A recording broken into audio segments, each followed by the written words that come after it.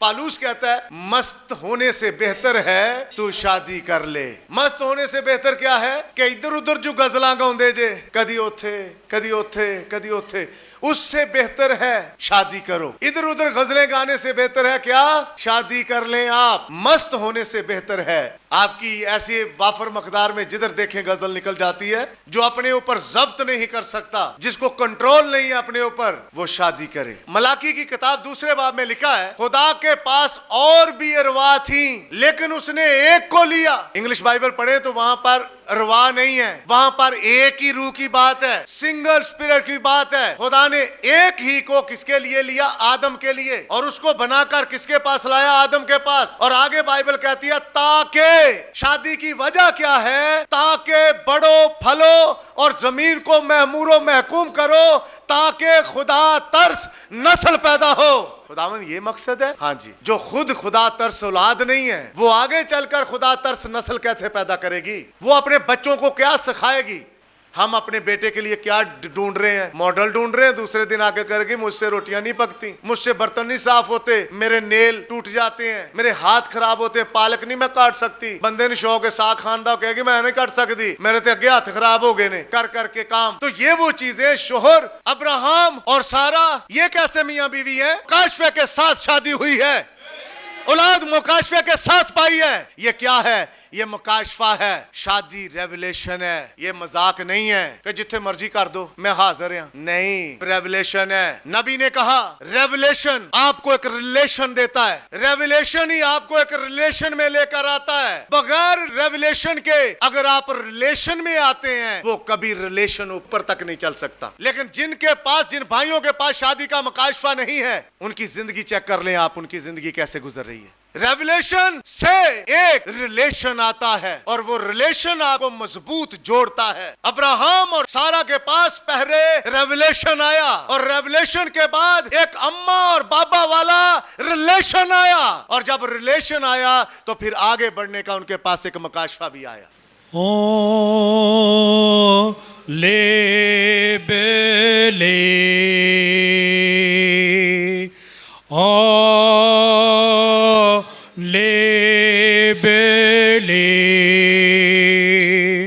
all things are possible, all things are possible, oh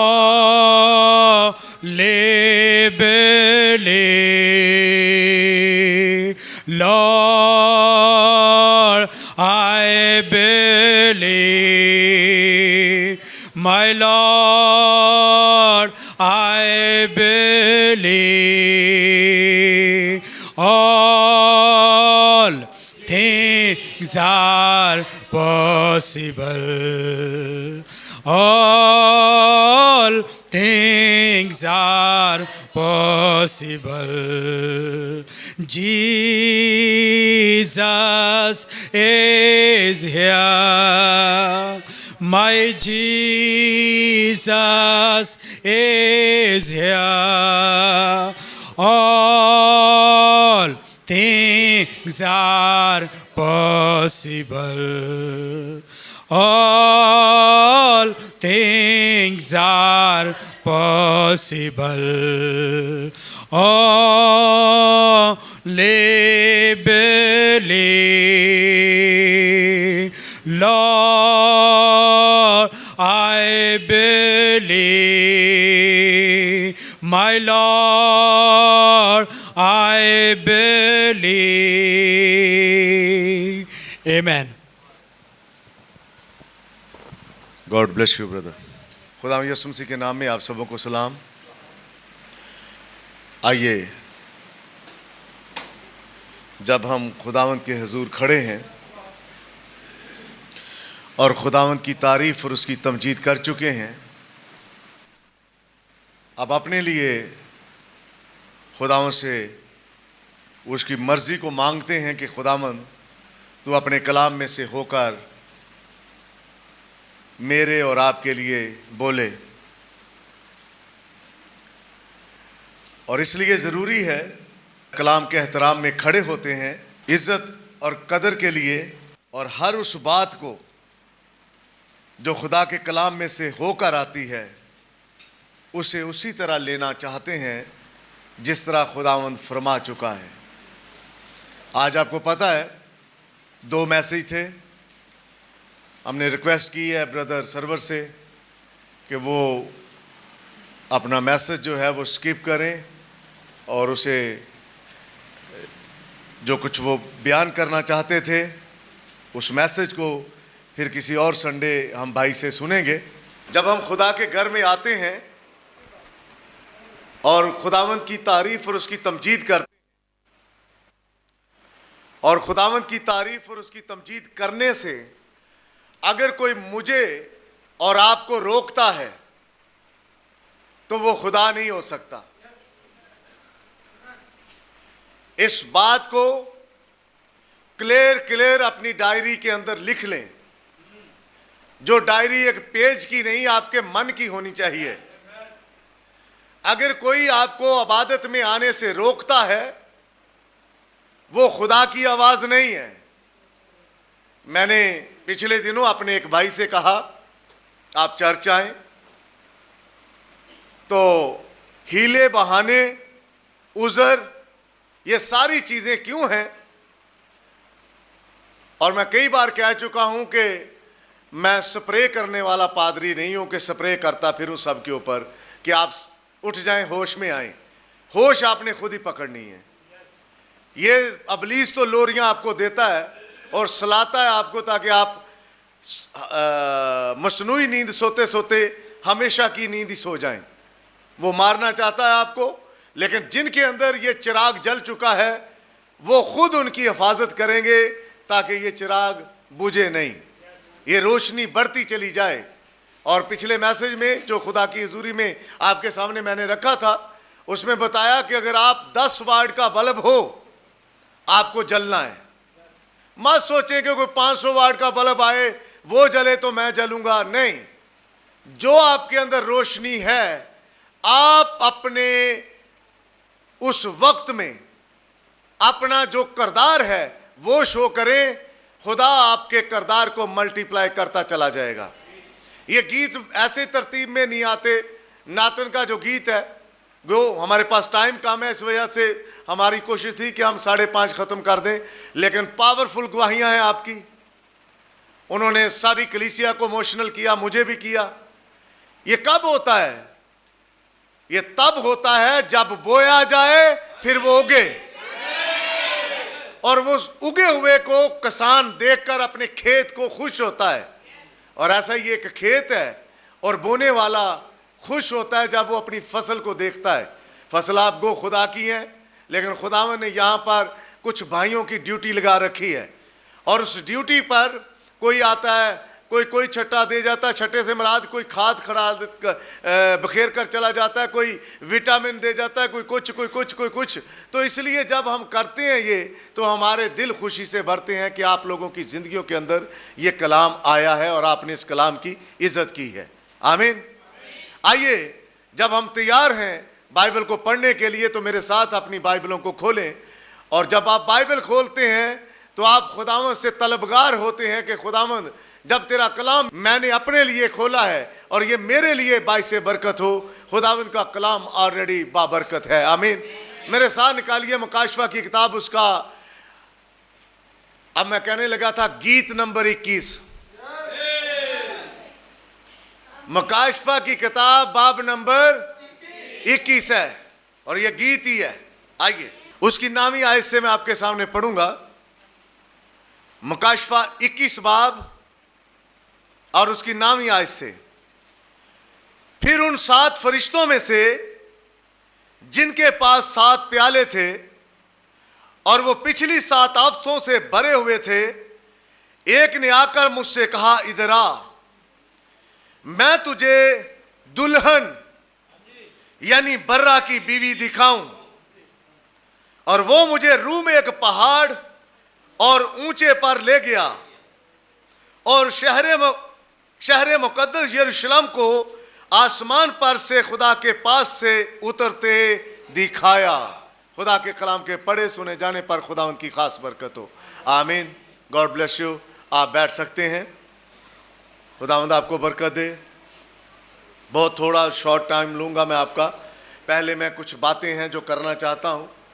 आपने अपनी बरकत बटोरी पिछले 2 दिनों से, आज तीसरा दिन है, और जो हमने सेमिनार रखा लीडरशिप के नाम से, जिनकी ज़रूरत थी वो आए, जिनका चुनाव था वो आए, उन्होंने शिरकत की और उनकी कॉल्स आई। जो कुछ भी हुआ इन दिनों आपके सामने है और हमने जाना है, और हमारे बीच में बहुत कुछ ऐसे अजीब काम रूनुमा हुए जिनका जिक्र भाई पेशतर कर चुके हैं।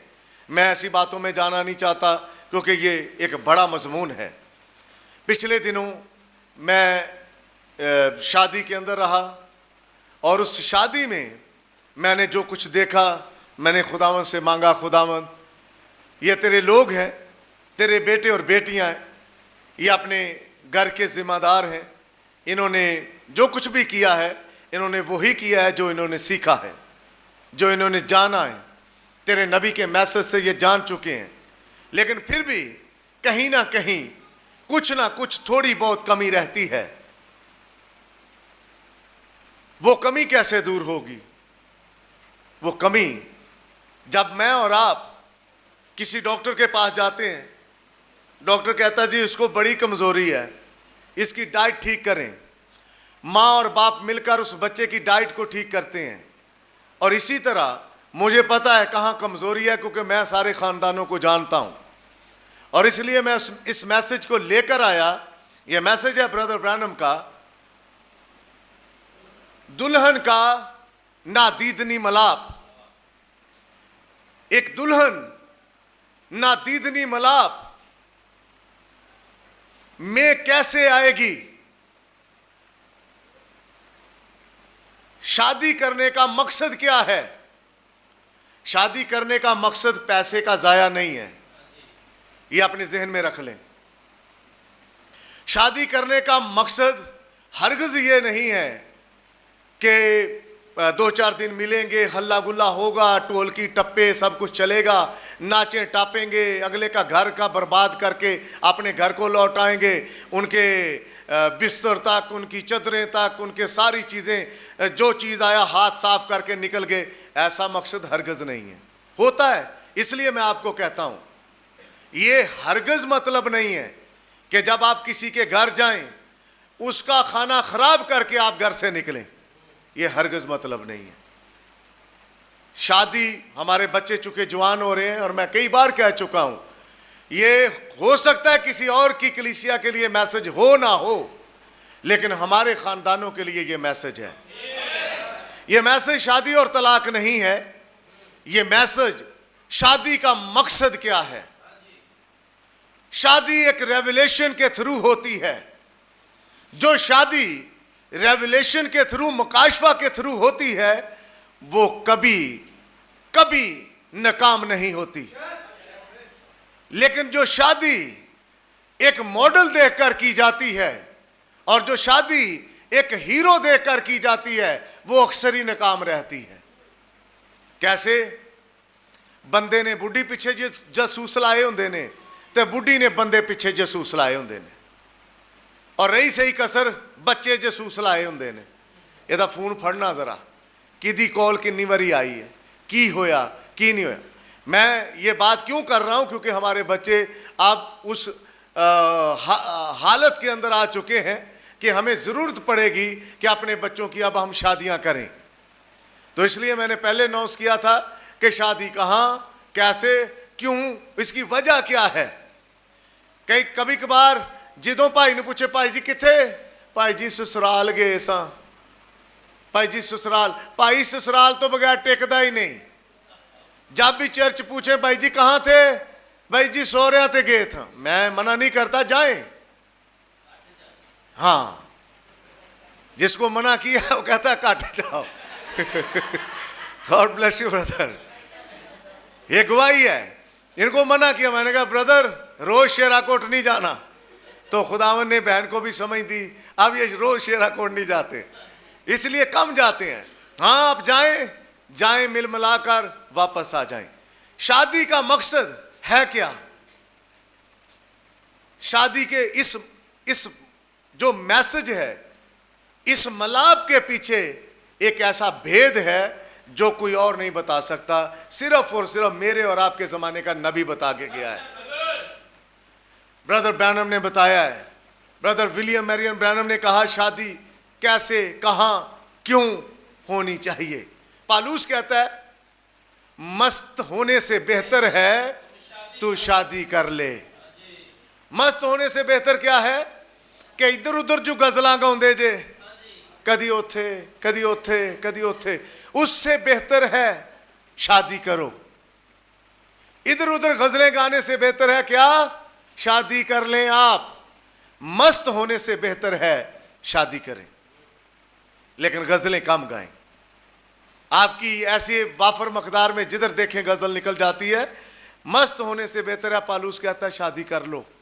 जो अपने ऊपर जब्त नहीं कर सकता, जिसको कंट्रोल नहीं है अपने ऊपर, वो शादी करे। क्यों? पालूस क्या सिखाना चाहता है? मैंने आपको बताया जब ये मैसेज दिए जा रहे थे, मैंने कहा खुदाओं ये मैसेज तूने जो मुझे दिया है, इस बुरे जमाने का खुदा, इसमें क्या है? नबी का कोड है, और नबी ने कहा है एक शादीशुदा मर्द 2 अदालतों में खड़ा होगा। मैं उस अदालत की बात नहीं कर रहा कि जिसको हम कहते हैं दुल्हन कभी अदालत में नहीं जाएगी। हाँ, दुल्हन कभी अदालत में खड़ी नहीं होगी, पर बाइबल कहती है तुझे हर नकम्मी बात का हिसाब देना है। हर एक कौलो फेल का तुझे हिसाब देकर गुजरना पड़ेगा। ब्रदर ने कहा एक मर्द को 2 अदालतों में से होकर गुजरना पड़ेगा। नंबर 1, पहले अपनी बीवी। क्यों? क्योंकि उसने अपने बदन में जो उसकी बॉडी थी, जो कि किसी की अमानत थी, उसमें उसने कमी पेशी की है। और जब उसमें उसने कमी पेशी की है, दूसरे लफ्जों में अगर समझ ना आए तो उसने अपने जिस्म को जिसके साथ शेयर करना था, उसके साथ नहीं, किसी दूसरे के साथ शेयर किया। पहली अदालत यानी अपनी वो बीवी के सामने खड़ा होगा। आज तो नहीं पता, लेकिन उधर खड़ा होना पड़ेगा, ये नबी कहता है। फिर वो अपने खुदा के सामने खड़ा होगा, जो उसने इस कलाम को लताड़ा है। पहली में से छूट गया तो दूसरी दी तरीक पै जानी है। मैं आपको बता रहा हूं। इसलिए जो शादीशुदा जिंदगी है वो किस कदर एक साथ गुजारने की जरूरत है। और मैं उनसे बात करना चाहता हूं जो शादी कर देते हैं बेटियों की, फिर उन्होंने सैनता ही मार दे रहे, आजा आजा आजा आजा। वो अपने घर रहे, अपने शोहर के घर। और बाइबल कहती है और नबी ने भी कहा, जो शोहर के घर को अच्छा नहीं समझती वो कभी इज्जत नहीं पाती। शोहर दे घर ओदा दिल ही नहीं लगता। मेरा और आपका भी शोहर अपने घर में बुलाता है।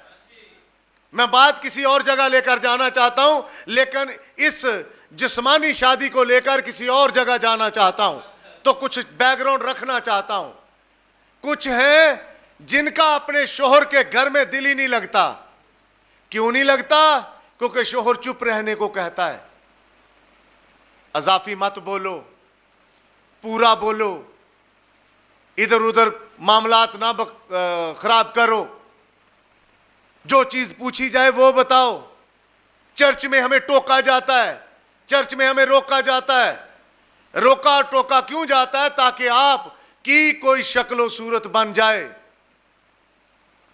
इसलिए जब यूहन्ना लिख रहा था, तो यूहन्ना लिखते लिखते कहता है 21वें बाब की 9वीं आयत में, फिर उन 7 फरिश्तों में से जिनके पास 7 प्याले थे, ये परसों रात बात हो रही थी ब्रदर लूका से, 7 फरिश्ते जिनके पास क्या है जी? 7 प्याले हैं।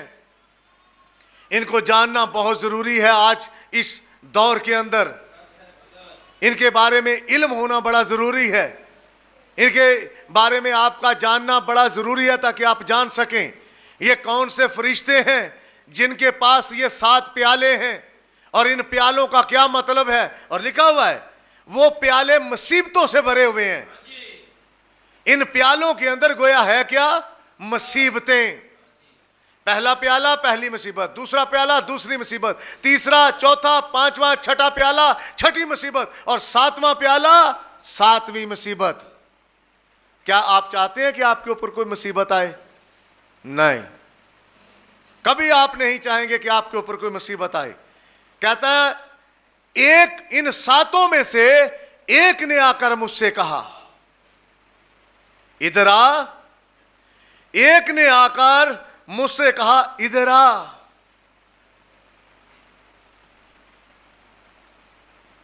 मैं तुझे दुल्हन यानी बर्रा की बीवी दिखाऊं। ये 7 में से एक क्यों कहता है?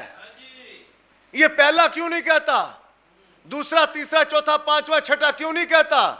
ये 7वां है जिसने दुल्हन को देखा है और वो कहता है यूहन्ना इधर आ, मैं तुझे दुल्हन यानी बर्रा की बीवी दिखाऊं।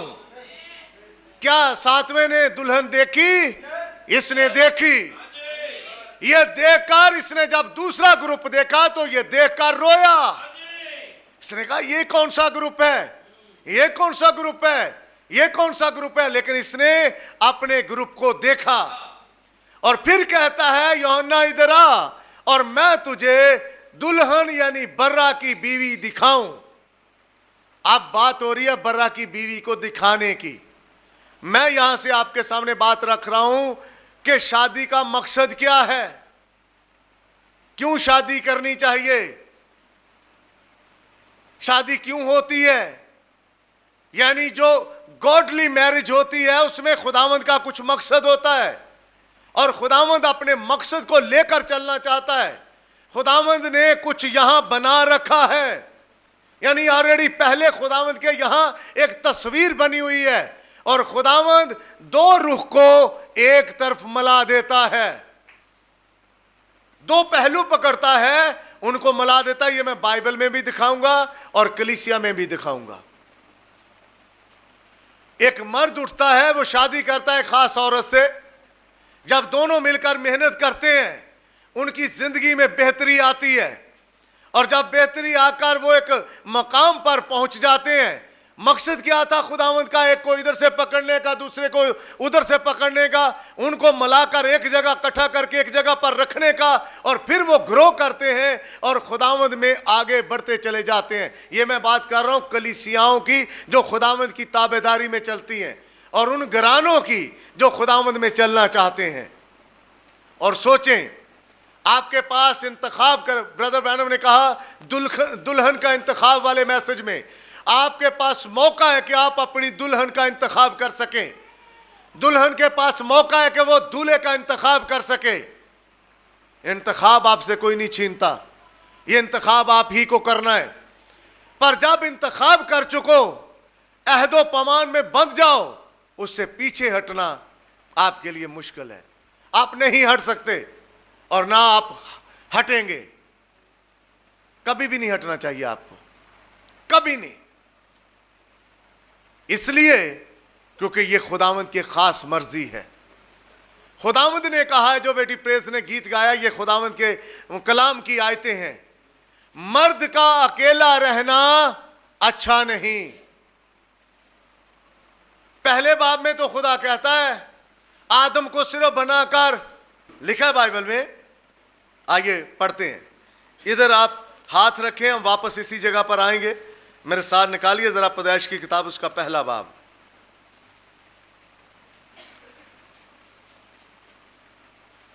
मैं उसकी 26 आयत से आपके लिए पढ़ना चाहता हूं। फिर खुदा ने कहा कि हम इंसान को अपनी सूरत पर अपनी छवि की मानद बनाएं और वो समंदर की मछलियों और आसमान के परिंदों और चौपाओं और तमाम जमीन और सब जानदारों पर जो जमीन पर रेंगते हैं इख्तियार रखें।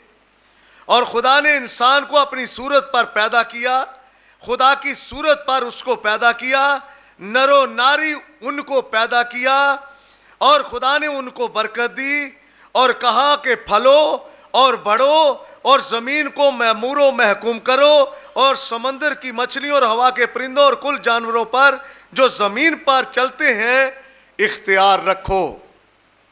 खुदा ने बरकत दी, खुदा ने अपना कलाम दिया, लेकिन यहां सिर्फ आदम बना है।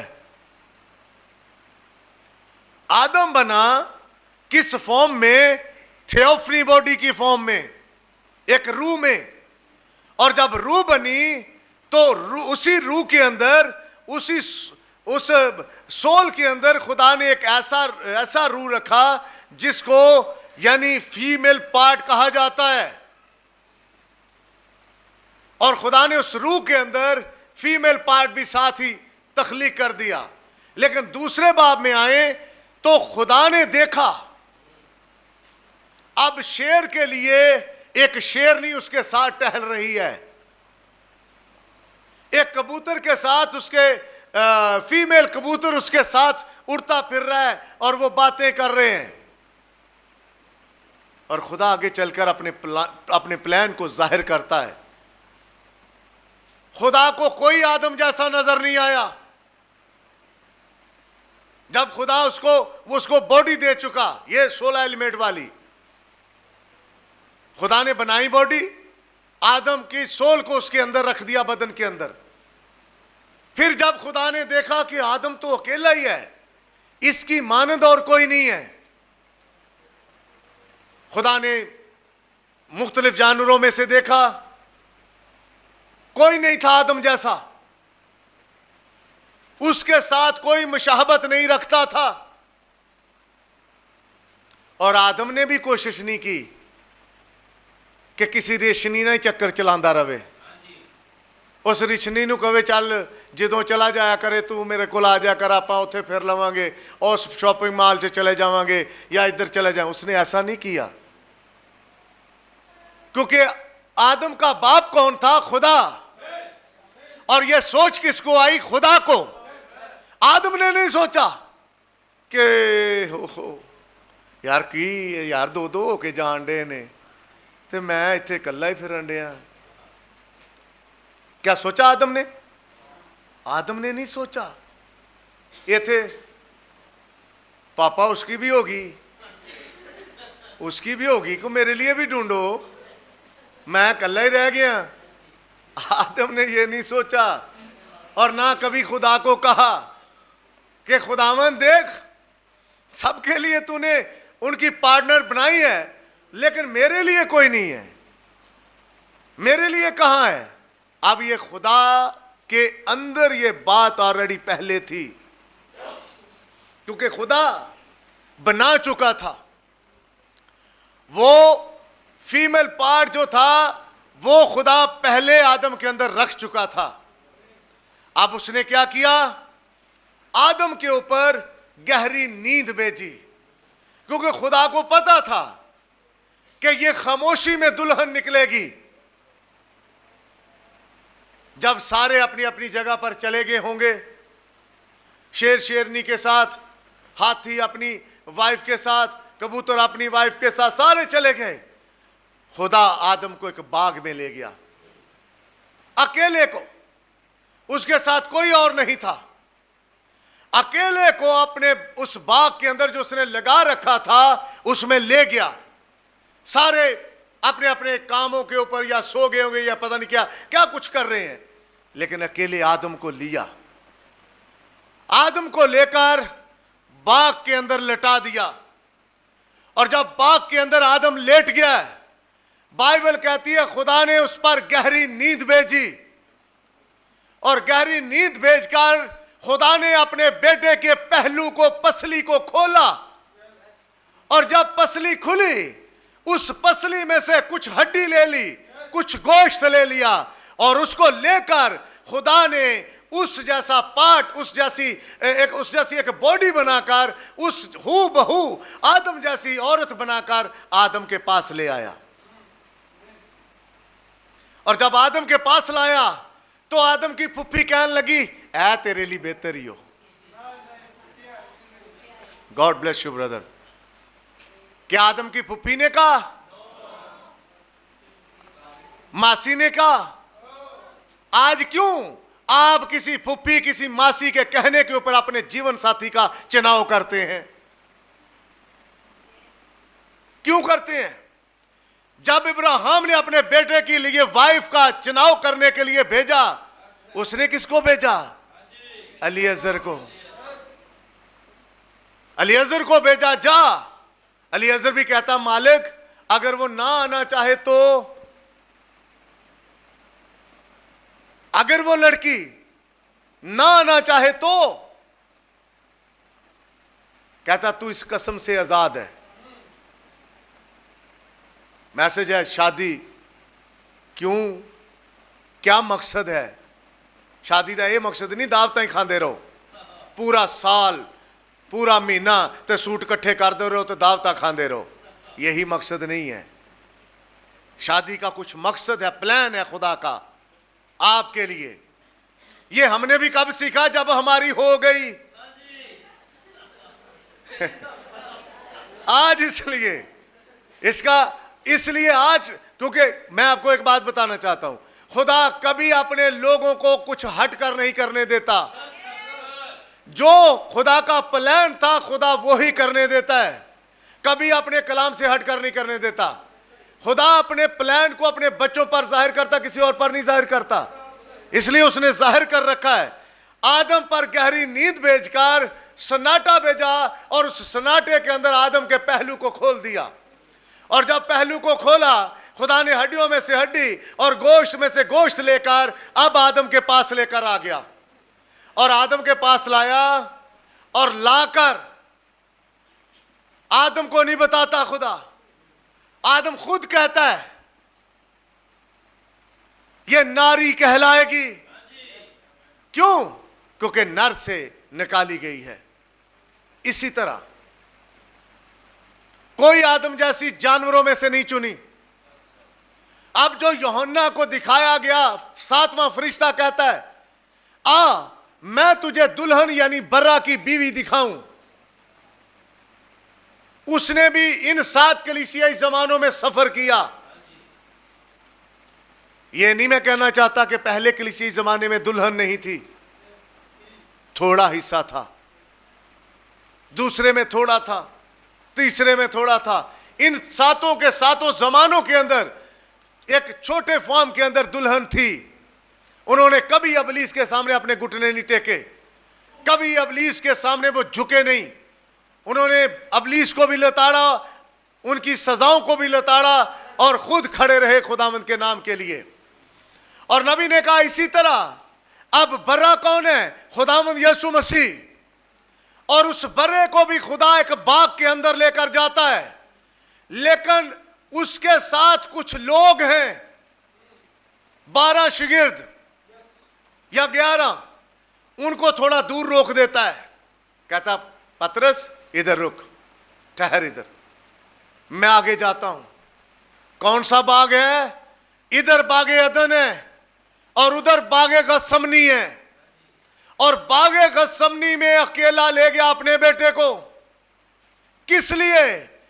क्योंकि उसने गुड फ्राइडे के दिन अपने बेटे के पहलू को खोलना था इस सलीब के ऊपर, ताकि उस बेटे की दुल्हन बाहर आ सके। जिस तरह आदम पहले आदम की आई, उसी तरह दूसरे आदम की भी आनी थी। लेकिन पहले आदम की दुल्हन गिरकर मौत का सबब बनी नो इंसान के लिए, पर अब यह दुल्हन नहीं मरेगी। क्यों? क्योंकि इस दुल्हन ने कुछ खाया है। इस दुल्हन ने जिंदगी की किताब को खाया है, और जो जिंदगी की किताब खा चुकी है वो कभी मरेगी नहीं, वो बदल जाएगी, वो मरेगी नहीं। खुदा का मकसद क्या है शादी करवाने का? शादी करने का उसने कहा इधर आ, मैं तुझे दुल्हन यानी बर्रा की बीवी दिखाऊं। मैं तुझे बर्रा की बीवी क्यों दिखाना चाहता हूं? क्योंकि उसने अपने आप को तैयार कर लिया है। आइए 21वें बाब में वापस चलते हैं।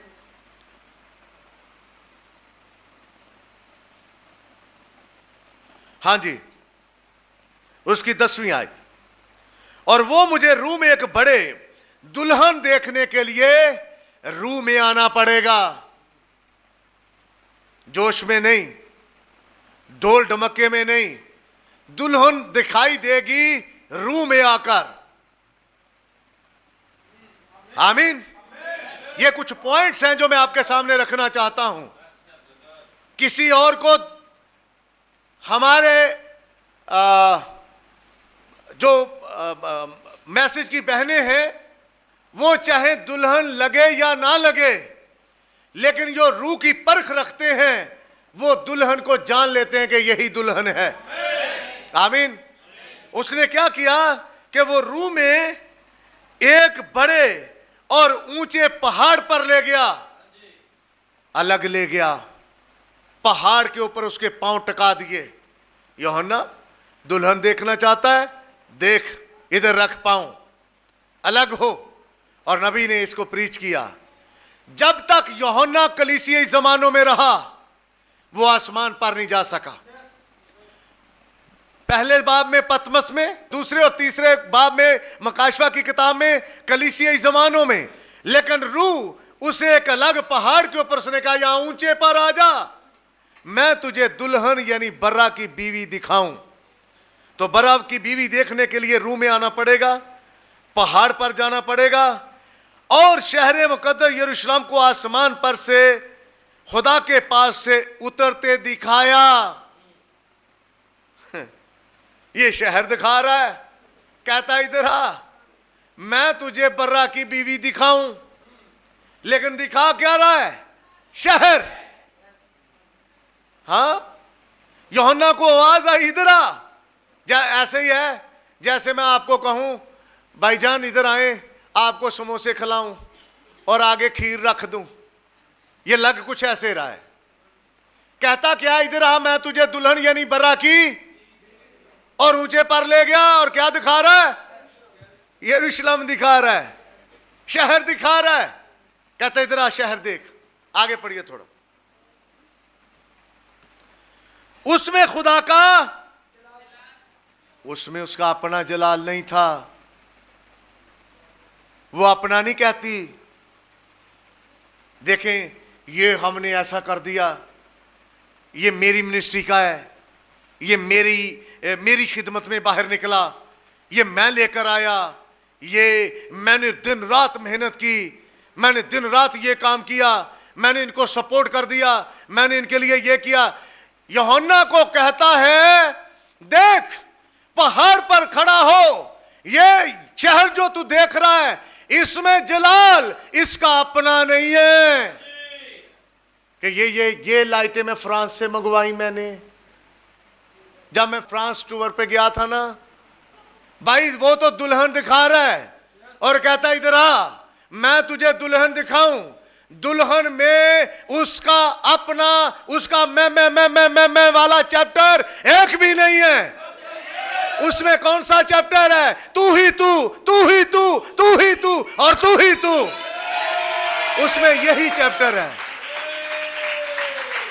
और इसलिए मैं, हमारी जो बहनें हैं खुदावंद उनको बरकत दे, वो ये नहीं कहती चुप कर नियामता तेनों नहीं पता मैं दस दी, चुप कर नियामता तेनों नहीं पता मैं दस दी, चुप कर नियाम। वो ऐसे नहीं कहती। वो कहती भावें साहब किसी भी काम का नहीं होता, कहती साहब दसेगा, साहब बताएंगे, साहब जी वो बताएं, साहब जी ये बताएं, साहब जी वो करें। चाहे मतलब है भी नहीं, लेकिन फिर भी खुदावंद ने उसको सर ठहरा रखा है। आप हमारे लिए दुआ करें, आप अपने लिए क्यों नहीं कर रहे? भाई ये भाई आशिर बैठे हुए हैं। एक बंदा मुझे कहता है, सरगोदा से वापस आ रहे थे, मुझे कहता है उसकी मुझे हिस्ट्री पता चल गई। जब मुझे उसकी हिस्ट्री पता चली, मेरी सीट उसके साथ थी। कहता जी मैं आपको फलानी किताब दूंगा यहूदियों की। मैंने कहा अच्छा चलो स्टडी करेंगे। मैं बैठ गया। जब मुझे उसका पता चला, मैंने भाई आशिर से कहा इधर आ जाए। मैंने इसके साथ बैठना भी नहीं है, मैंने इसके साथ बैठना भी नहीं है। आज वो मैसेज के अंदर नहीं है, छोड़ चुका है मैसेज। ये वो हरकतें हैं जब हम इन बच्चों को सिखा के। मैंने एक बेटी का बेटा देखा, यहां बाहर निकली बच्चियां, मत्थे च भी सुरमा, अखां च भी सुरमा, सिर च भी पता नहीं सुरमा ही लाया सी। इधर आ, मैं तुझे बर्रा की बीवी दिखाऊं। बीवी के अंदर उसका अपना कोई जलाल नहीं होता, उसके अंदर उसके शोहर का जलाल होता है और वो अपने शोहर की ताबेदारी करती है। आमीन। वो अपने शोहर को हमेशा सर्व करने के लिए सोचती रहती है। मेरा शोहर कब कैसे, मैं इनके साथ साथ इस शोहर की बात कर रहा हूं। आमीन। इसको हम पैरेलल लेकर चलेंगे, बात समझने की कोशिश करें। वो कहता है इधर आ, मैं तुझे बर्रा की बीवी दुल्हन दिखाऊं। और दिखाने के लिए पहाड़ पर खड़ा करता है और पहाड़ पर खड़ा करके क्या कहता है, उसमें खुदा का जलाल था और उसकी चमक नहायत कीमती पत्थर यानी उस यशब की सी थी। उसकी एक पत्थर जैसी चमक थी। और जब देखने गया यूहन्ना, कहता है ये तो पत्थरों जैसी चमक रखती है। यूहन्ना ये पत्थर ही है, ये हाथ बगैर हाथ के कटे हुए पत्थर के नीचे जुड़े हुए पत्थर हैं। ये दरअसल पत्थर ही हैं। इनके अंदर चमक भी अपने उस पत्थर की है जो बगैर हाथ के काटा हुआ है। आमीन। आइए थोड़ा आगे बढ़ते हैं। उसकी और खूबी क्या है भाई, उधर रंग बड़ा गोरा है, गोरी निशोर है। अच्छा, किस जैसी लगती? वो फ्ला मॉडल जैसी लगती है। तो आपके वो कैसे लगते हैं? वो उनकी तो बात ही ना करो। वो कैसे लगते हैं उनकी तो बात ही ना करो। अच्छा, क्या समझे? बड़े अच्छे हैं। अच्छा, मुझे तो कभी घर में खाना पकाने ही नहीं देते। इधर जब थी ना तो पापा हर वक्त किचन का रास्ता दिखाते रहते थे, लेकिन जब उन्हों के पास गई हूं, उन्होंने कभी चूल्हे के पास जाने का मौका ही नहीं दिया। हाँ जी, वो कभी इधर कभी उधर, कभी इधर कभी उधर, कभी उधर ले जाते हैं और हम फिरते रहते हैं। और होता क्या है, वो हफ्ते डेढ़ के बाद या महीने के ज्यादा से ज्यादा महीने के बाद वो भाई फिर देखता अपने अकाउंट को कार्ड लगाकर, यार कितने के रह गए हैं, कितने के रह गए बीच। फिर वो सारे चैनल बंद कर देता है बाकी के। फिर वो सोचती है मैं तो सोच रही थी आज बाहर जाएंगे, कहना बाहर नहीं जाएंगे, आज घर ही रहेंगे। वो बेचारा बता भी नहीं पाता कि अब कुछ नहीं बचा पीछे। तो कई सियानी दुल्हनें होती हैं, जो बहनें सियानी है, वो अपने बच्चों को लेती है और बच्चे को एटीएम कार्ड पकड़ा देती है, ये ले तुझे कुछ मैं ले दूंगी, जितना कुछ अकाउंट के अंदर है सारा कुछ निकाल के ले आ। वो फिर भाई भागा आता है, पर्स अब की हो गया, सारा कुछ निकाल लिया, खत्म हो गया, सारा अकाउंट खाली हो गया। मैंने कहा अच्छा ही हुआ है, अच्छा ही हुआ, आप टिकते ही नहीं थे, आपके अकाउंट से सारा निकल गया। बात दरअसल करने की है, जो आपके ऊपर बीता है उसको बाइबल में देखें। जो आपके अंदर हो चुका है वो बाइबल में कहां छुपा हुआ है। मुझे खुदा ने इसलिए यहां खड़ा किया है ताकि मैं वो आपके सामने रख सकूं, मैं आपको बता सकूं, आपके सामने उन चीजों को लाकर एक तस्वीर की सूरत में पेश कर सकूं। ये और ये आपका मकाम है।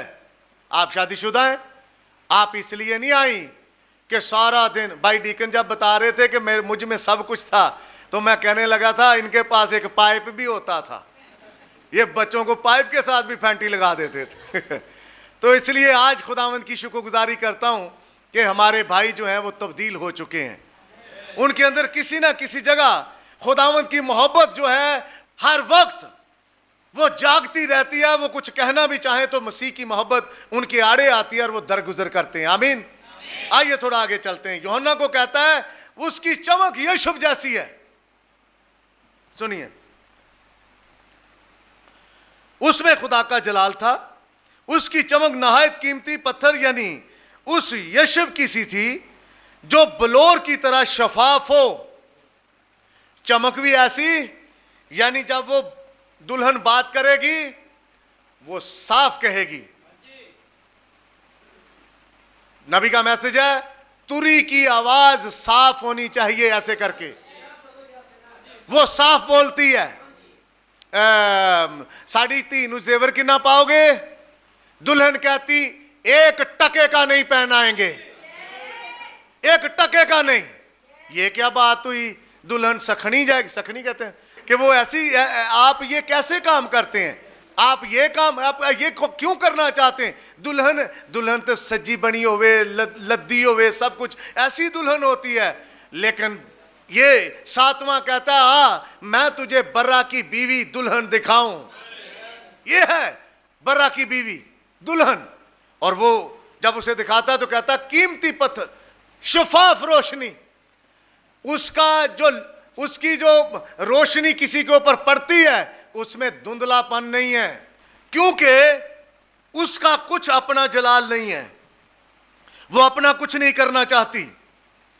और लिखा है बाइबल में अगली आयत में, 12वीं आयत में, और उसकी शहर पनाह बड़ी और बुलंद थी और उसके 12 दरवाजे।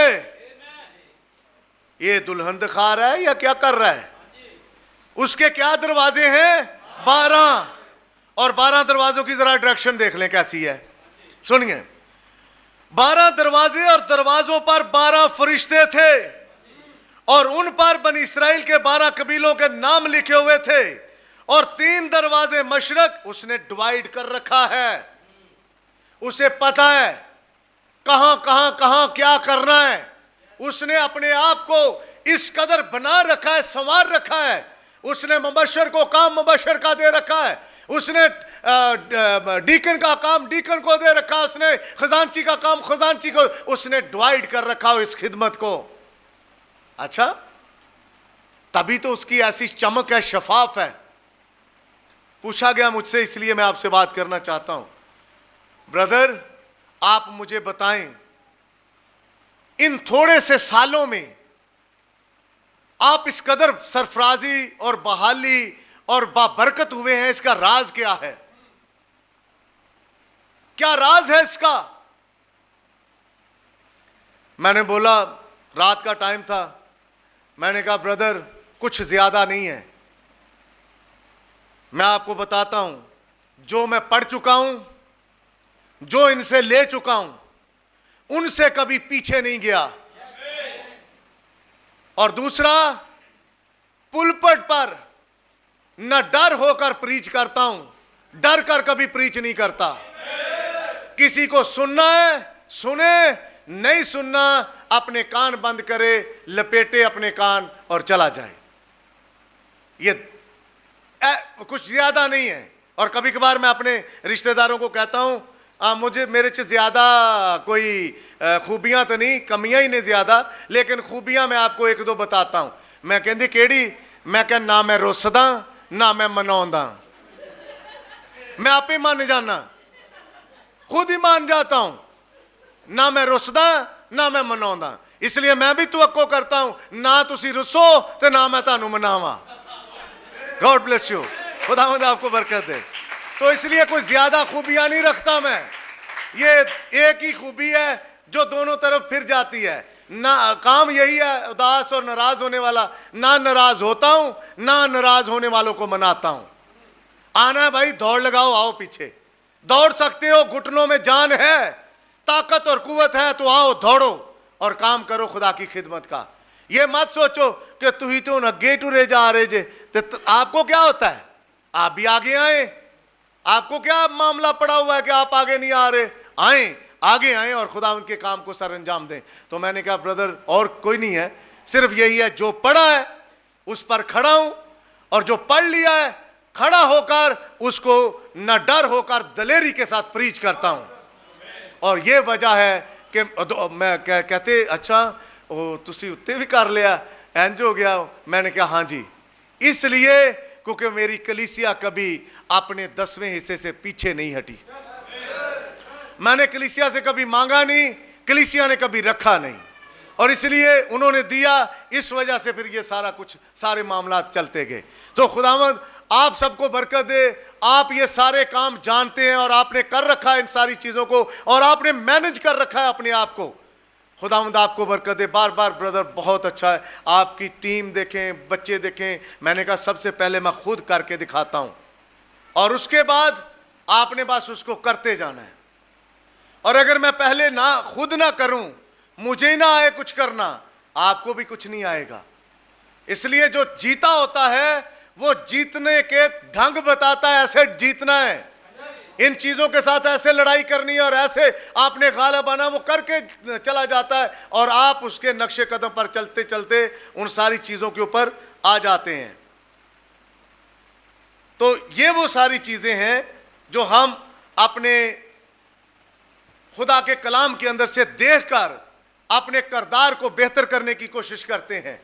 तो यूहन्ना को कहा गया कि उसके 12 दरवाजे हैं और नाम लिखा हुआ है।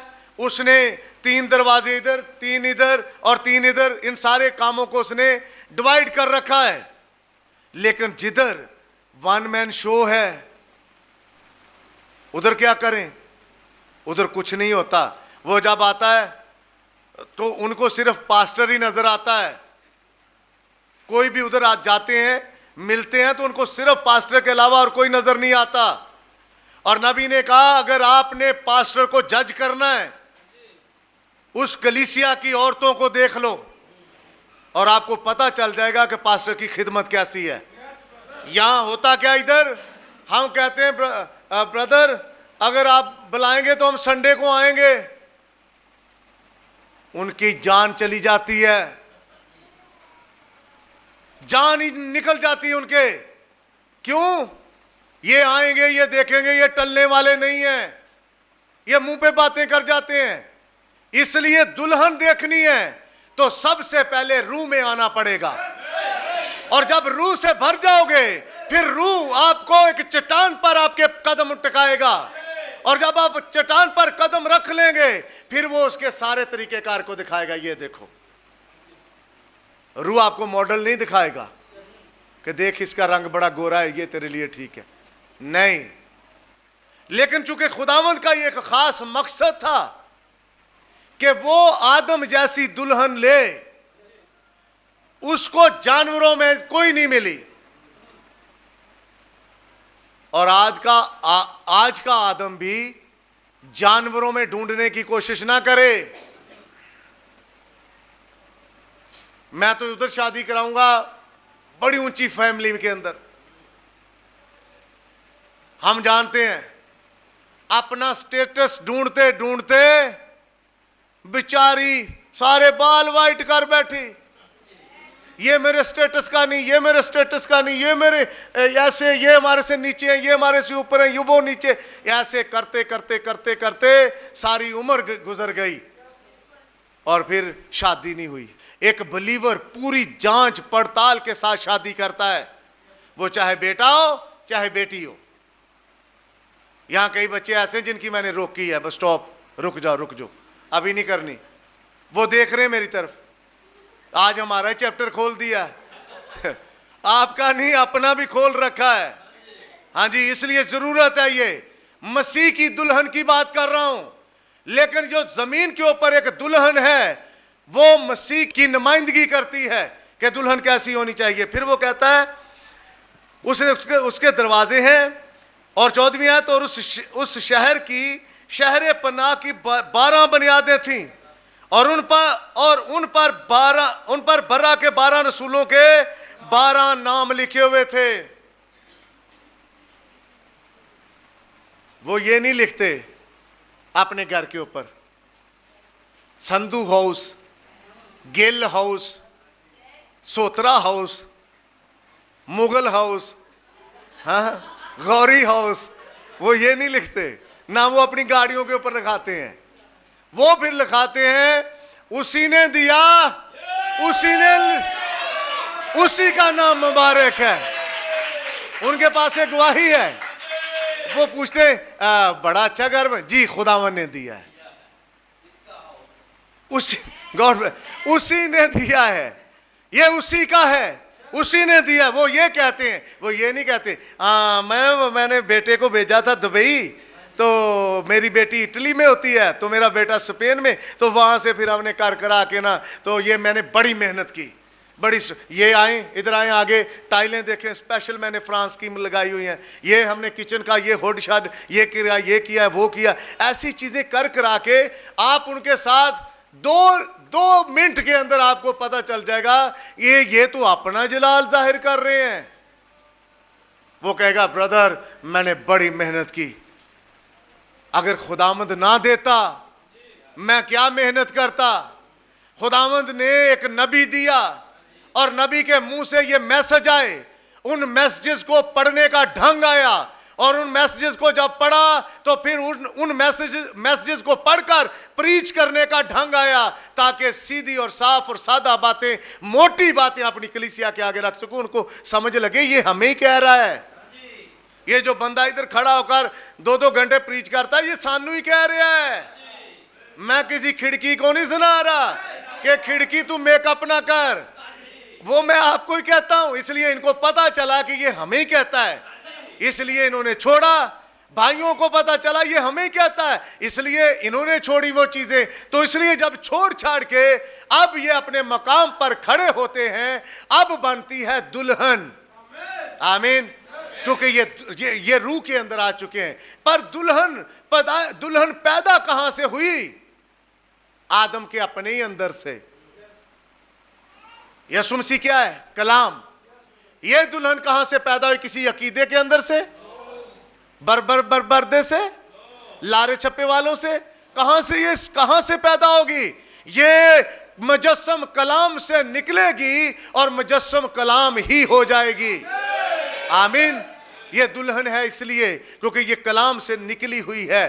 पहले आदम की बीवी जो हवा थी वो कहां से निकली थी? आदम के अंदर से। और नबी ने कहा ये पहला आदम था जो कोख रखता था। ये पहला आदम था, ये इसे कोख वाला आदम कहा गया है। ये अपनी बीवी को अपने अंदर रखता था और खुदावन ने इस पर गहरी नींद भेजी, और गहरी नींद भेजकर खामोशी के साथ इसकी दुल्हन निकाल कर खुदा इसके सामने लेकर आया।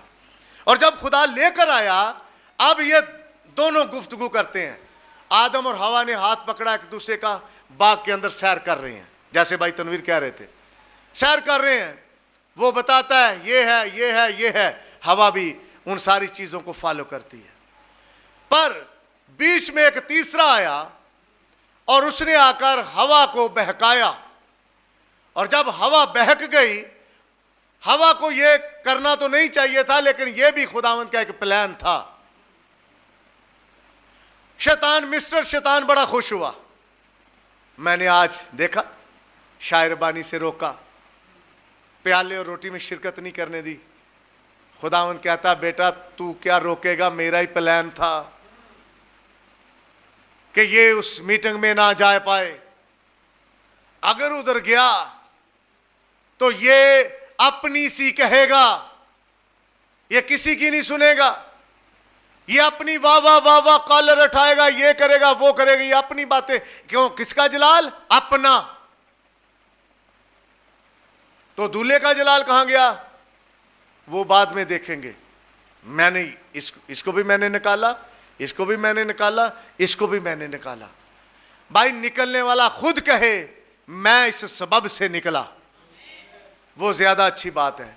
निकलने वाला खुद कहे मैं इस सबब से निकला, वो बताए, जगह जगह जाकर गवाही दे कि मेरी वजह, निकलने की वजह क्या बनी, किस बिना के ऊपर मैं यहां से निकल कर आया बाहर, वो बताए, ज्यादा अच्छी बात है। आदम जब अपनी बीवी के साथ फिर रहा था तो उस मिस्टर शैतान ने भी देख लिया। अब मिस्टर शैतान आ गया, उसने अपना काम किया और काम करके निकल गया। खुदा ने उसी जगह पर अदालत लगा ली। जब खुदा ने उधर अदालत लगाई, खुदा ने शैतान को माफ नहीं किया, यानी सांप को। सांप एक वजूद रखता था, पढ़कर आपने पढ़ा है, उसने उसको सजा दी, अब से तू पेट के बल चलेगा। खुदा हवा की तरफ बढ़ा, जानते हैं आप, खुदा जब हवा की तरफ आया तो खुदा ने सिर्फ उसे यही कहा कि अब तू दर्द के साथ बच्चे जनेगी। तो खुदावंद का मतलब क्या है कि बच्चे पैदा हो। खुदावंद का यह मकसद तो नहीं था कि थ्रू सेक्स पैदा हो, लेकिन चूंकि खुदावंद बरकत दे चुका था कि बड़ो फलो और जमीन को महमूरो महकूम करो, इसलिए खुदावंद कहता पहले तूने दर्द के बगैर बच्चों को जन्म देना था, लेकिन अब तू दर्द के साथ बच्चों को जन्म देगी। मलाकी की किताब दूसरे बाब में लिखा है, खुदा के पास और भी अरवाह थी लेकिन उसने एक को लिया। और बाइबल कहती है, इंग्लिश बाइबल पढ़े तो वहां पर अरवाह नहीं है, वहां पर एक ही रूह की बात है, सिंगल स्पिरिट की बात है। खुदा ने एक ही को किसके लिए लिया? आदम के लिए। और उसको बनाकर किसके पास लाया? आदम के पास। और आगे बाइबल कहती है ताकि, शादी की वजह क्या है? ताकि बड़ो फलो और जमीन को महमूरो महकूम करो, ताकि खुदा तरस नस्ल पैदा हो। खुदावंद ये मकसद है। हाँ जी, जो खुद खुदा तरस औलाद नहीं है, वो आगे चलकर खुदा तरस नस्ल कैसे पैदा करेगी? वो अपने बच्चों को क्या सिखाएगी? ब्रदर ब्रैनम ने इसी मैसेज में कहा, औरत की जिम्मेदारी क्या है? ये उसका हक है कि वो मां बन सके, नबी ने कहा। और मैं पढ़ना चाहता हूं कोड और थोड़ा आगे निकलना चाहता हूं ताकि हम इस मैसेज को देख पाएं। मेरे साथ ज़रा चलें, आपके पास तो किताब नहीं है लेकिन मैं पढ़ना चाहता हूं आपके लिए। कोड नंबर 10 है। यहां पौलुस कह रहा है कि एक औरत कभी दूसरा ब्याह नहीं कर सकती जब तक कि उसका पहला शोहर मुर्दा ना हो, मरा हुआ ना हो, मर ना जाए, तब तक वो दूसरी शादी नहीं कर सकती।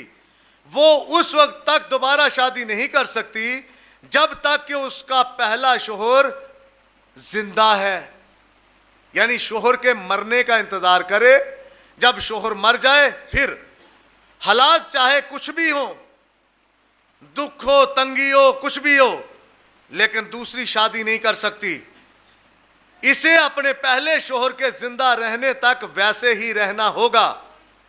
और अगर वो इस गुनाह की मुर्तकिब होती है तो उसे एक जानिया कहा जाएगा। क्या कहा जाएगा? जानिया कहा जाएगा। वो दो दो शोहर रखे, एक उन्होंने छोड़ा दूसरे के साथ, दूसरा छोड़ा तीसरे के साथ। तो बाइबल ऐसी औरत को क्या कहती है? जानिया, जना करने वाली। और वो किसी ऐसी शहवत की रूह के नीचे है और अपने उस अमल को, जो कि रूह, सेक्स की रूह उसके ऊपर चढ़ी हुई है, वो उसके बगैर रह नहीं सकती। जो शुरू में मैंने कहा, मस्त होने से बेहतर है तू, लेकिन शादी का भी कोई क्राइटेरिया है, उसके भी कोई हदूद दरबा है, उसके लिए कुछ करना पड़ेगा। उसके लिए वाह हयातियां मारने का कोई तरीका नहीं है कि आप वाह हयातियां मारते फिरो, आप जमाने में बदनाम हो जाओ। बाइबल कहती नेक नामी बेशकीमत इतर से बेहतर है। आपका जो नाम बड़ा नेक बच्चा है जी, बड़ी नेक बच्ची है, बड़ा नेक बच्चा है, ये जो नेक नामी है ये बेशबहा इतर से ज्यादा कीमती है। अब आपको चाहिए कि आप जब एक रिश्ते में बंधने जाएंगे तो आप चुनाव कैसे करें? कैसे पता चलेगा? अगर आप नहीं जाते या ऐसा कोई मामला है जी हम लड़के को लड़की से नहीं मिलने देंगे, तो जो देखने जाते कम से कम उनको तो पता होना चाहिए। हम अपने बेटे के लिए क्या ढूंढ रहे हैं? मॉडल ढूंढ रहे हैं। दूसरे दिन आके करेगी मुझसे रोटियां नहीं पकती, मुझसे बर्तन नहीं साफ होते, मेरे नेल टूट जाते हैं, मेरे हाथ खराब होते हैं, पालक नहीं मैं काट सकती। बंदे ने शौक है साग खान दा, कहेगी मैं नहीं काट सकती, मेरे तो अगे हाथ खराब हो गए ने कर करके काम। तो ये वो चीजें शोहर अपनी बीवी के अंदर जलाल पाता है। आइए थोड़ा आगे बढ़ते हैं कोड के अंदर। नबी कहते हैं अगर उसके बेयक वक्त दो जिंदा शोहर हों, अगर ये औरत इस तरह के गुनाह की मुर्तकिब हो तो उसे जानिया के तौर पर पहचाना जाता है। इसलिए ऐसा करने के सबब से खुदा और आसमान के हुजूर उसके हकूक काबिले जब्त हैं। इतनी खूबसूरत बात है। जो आसमान से खुदा हकूक देता है, उसको एक मिरास की किताब देता है खुदा, और उस विरासत की किताब के अंदर उसके हक लिखे हुए हैं। ये ले, मैं तुझे साहिब औलाद करूंगा, तेरा तरकश बड़ा रहेगा, तू अपने शोहर के घर में इज्जत पाएगी, तेरा शोहर तुझ पर भरोसा करेगा, तू मुबारक होगी, तू सुबह सवेरे उठेगी, जेड़ी उठदी नहीं उठना शुरू करे, तू सुबह सवेरे उठेगी, अपनी नुकरानियों को काम देगी, किसी खेत का सोचेगी उसको खेत खरीद लेगी। ये किसकी बात हो रही है? एक ऐसी नेक बीवी की जिसके बारे में लिखा गया है, जिसको नेकोकार बीवी मिली उसे तोहफा मिला। भाई साहब, ये कलीसिया खुदा ने मुझे गिफ्ट दे रखी है। ये गॉड गिफ्टेड लोग हैं, इसलिए इनके कान खराब नहीं है, इनके कान साफ कर रखे हैं, इसलिए इनके कान बहरे नहीं है। ये सुनते हैं और फिर सुनकर अमल करते हैं, और जब अमल कर जाते हैं फिर बात होती है दुल्हन की। इधर आ, मैं तुझे दुल्हन दिखाऊं। नबी कहता है ऐसी दुल्हन के, ऐसी बीवी के जो हकूक है वो बंद हो जाता, मोहर बंद, खत्म। वो बड़ा कहती है खुदावंद खुदावंद खुदा, वीज़ा लग जाए, वीज़ा लग जाए, खुदावंद खुदा, नहीं लगता। लेकिन एक ऐसी दुल्हन है जो अपने लोगों में आकर कहती है मेरा टेस्ट होना है, मेरे लिए दुआ करो, मेरा इंटरव्यू है, मेरे लिए दुआ करो। उसका वीज़ा क्यों लग जाता है? इसलिए क्योंकि उसके हकूक की किताब खुदा ने ऊपर से खोल रखी है, और जो किताब ऊपर से खुली है वो इधर नीचे एम्बेसी के अंदर बंदा बैठा बंद नहीं कर सकता। वो खुली किताब, वो कहता है आपके साथ कौन है? तो वो आगे से वो, हाँ जी मैं हूं जी, इनकी जगह आप इंटरव्यू, जी मैं दूंगी, जी ठीक है, ओके, वीजा ग्रांटेड, आप जा सकते हैं। इनके क्यों नहीं हकूक जब्त होते?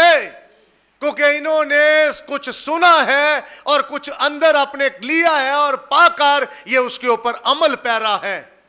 और खुदा किसको देख? खुदा मुझे तो नहीं देखता, खुदा तो देखता अपने बेटे के लहू को जो इस सलीब पर बहाया गया है। मुझ में हजारों कमियां हैं, लेकिन जब लहू लग जाता है, लहू उन होल्स को भर देता है, और ये बंदा ये बदकारियों में तैरना शुरू करता है। और ये बदकारी कभी इस बंदे के अंदर नहीं आती। कब? जब यीशु मसीह का लहू लगता है। लेकिन लहू से जरा पीछे हटे, जरा अपना जलाल दिखाना शुरू करे, तो फिर क्या होगा? गरूर, तकब्बर, घमंड आकर तख्ता उल्ट। तो खुदा नबी ने कहा जो जानिया नहीं है उसके हकूक कभी जब्त नहीं होते, उसके हकूक उसे मिलते रहते हैं। ये भी तेरा, ये भी तेरा, ये भी तेरा, ये भी तेरा। बात सुने जरा, जो अच्छी बीवी है वो कहीं शोहर कहीं गया भी हो, उसकी बीवी उसके जहन में होती है, उसके दिल में होती है। वो जब मार्केट जाएगा वो देखेगा ये ठीक है सूट, ये मैं अपनी बीवी के लिए लेकर जाऊंगा, ये फलानी घड़ी मैं अपनी बीवी को दूंगा, ये ऐसे। तो वो बीवी भी कभी उतार के इधर रख देती, कभी उतार के इधर रख दी। मैंने भाई से कहा बहन जी घड़ी टूट जाएगी, भाई सर्वर को फिर कहेंगी, तो भाई सर्वर कहते मैं कभी नहीं लेके देता, ये खुद ही लेती है। इसलिए क्योंकि उन्होंने उस घर का उसे सारे का सारा कारो मख्तार दे रखा है। अब खुदा के खजानों का कारो मख्तार किसके पास है? उसकी दुल्हन के पास है। अब दुल्हन जो जमीन पर बांधेगी वो आसमान पर बांधेगा, और जो जमीन पर खोलेगी वो आसमान पर खुलेगा। आमीन। जब आप अपने किचन के अंदर होते हैं, आप जाकर बताते हैं अद्धा अंडा उबाल दी, अद्धा ना उबाली। बीवी खुद से करती है सारे काम, क्योंकि उसके पास सारा इख्तियार है। वो किचन को संभालती है, वो सारी चीज़ों को देख, वो पका पकू के सारा कुछ कर करा के आपको टेबल के ऊपर ला कर रख के देती है। फिर क्योंकि उसके पास इख्तियार है, उसके आपने हकूक जब्त नहीं कर रखे, आपने अपनी तिजोरी को डबल लॉक नहीं लगाया। लगाने का मतलब आपने उसको इतनी आज़ादी दे रखी है कि वो आप ही के रुपए पैसे को सही तौर पर सही जगह पर इस्तेमाल कर पाए। आमीन। तो जो मेरा और आपका शोहर है, उसने मुझे और आपको हकूक दे रखे हैं, उसने आपको और मुझे कुछ वसाइल दे रखे हैं। उसने मुझे और आपको हक दे रखा है कि हम बीमारों पर हाथ रखें और वो अच्छे हो जाएं। हम वो रुके हुए कामों के लिए दुआ करें और वो काम हो जाएं। हम अपने बच्चों के लिए दुआ करें और हमारे बच्चे ठीक हो जाएं। हम अपनी कलीसिया के लिए तरक्की की दुआ करें और हमारी कलीसिया तरक्की करे। आमीन। ये कब होगा? जब दुल्हन होगी जानिया नहीं। इन्होंने एक ही चर्च रखा है, एक ही पास्टर है, इनकी गवाही है। और ना इनके पास्टर ने 2-2, 4-4 चर्च रखे हैं। ये पार्ट टाइम कलीसिया नहीं चलाता। ये एक ही कलीसिया की सारी जरूरत को पूरा करने के लिए खुदावंद अपने खुदा के पास जाता है। खुदावंद, तूने अपनी दुल्हन को मेरे सुपुर्द कर रखा है, मैं इनकी जरूरत को पूरा करना चाहता हूं। तू मुझे ताकत, अक्ल, दनाई, दानत से इस्तेमाल कर, मैं इनकी जरूरत को पूरा कर सकता हूं। तो खुदा कहता, ले बेटा, आज ये किताब ले जा, अगले संडे ये पकड़, ये किताब ले जा। खुदावंद ये क्यों देता है?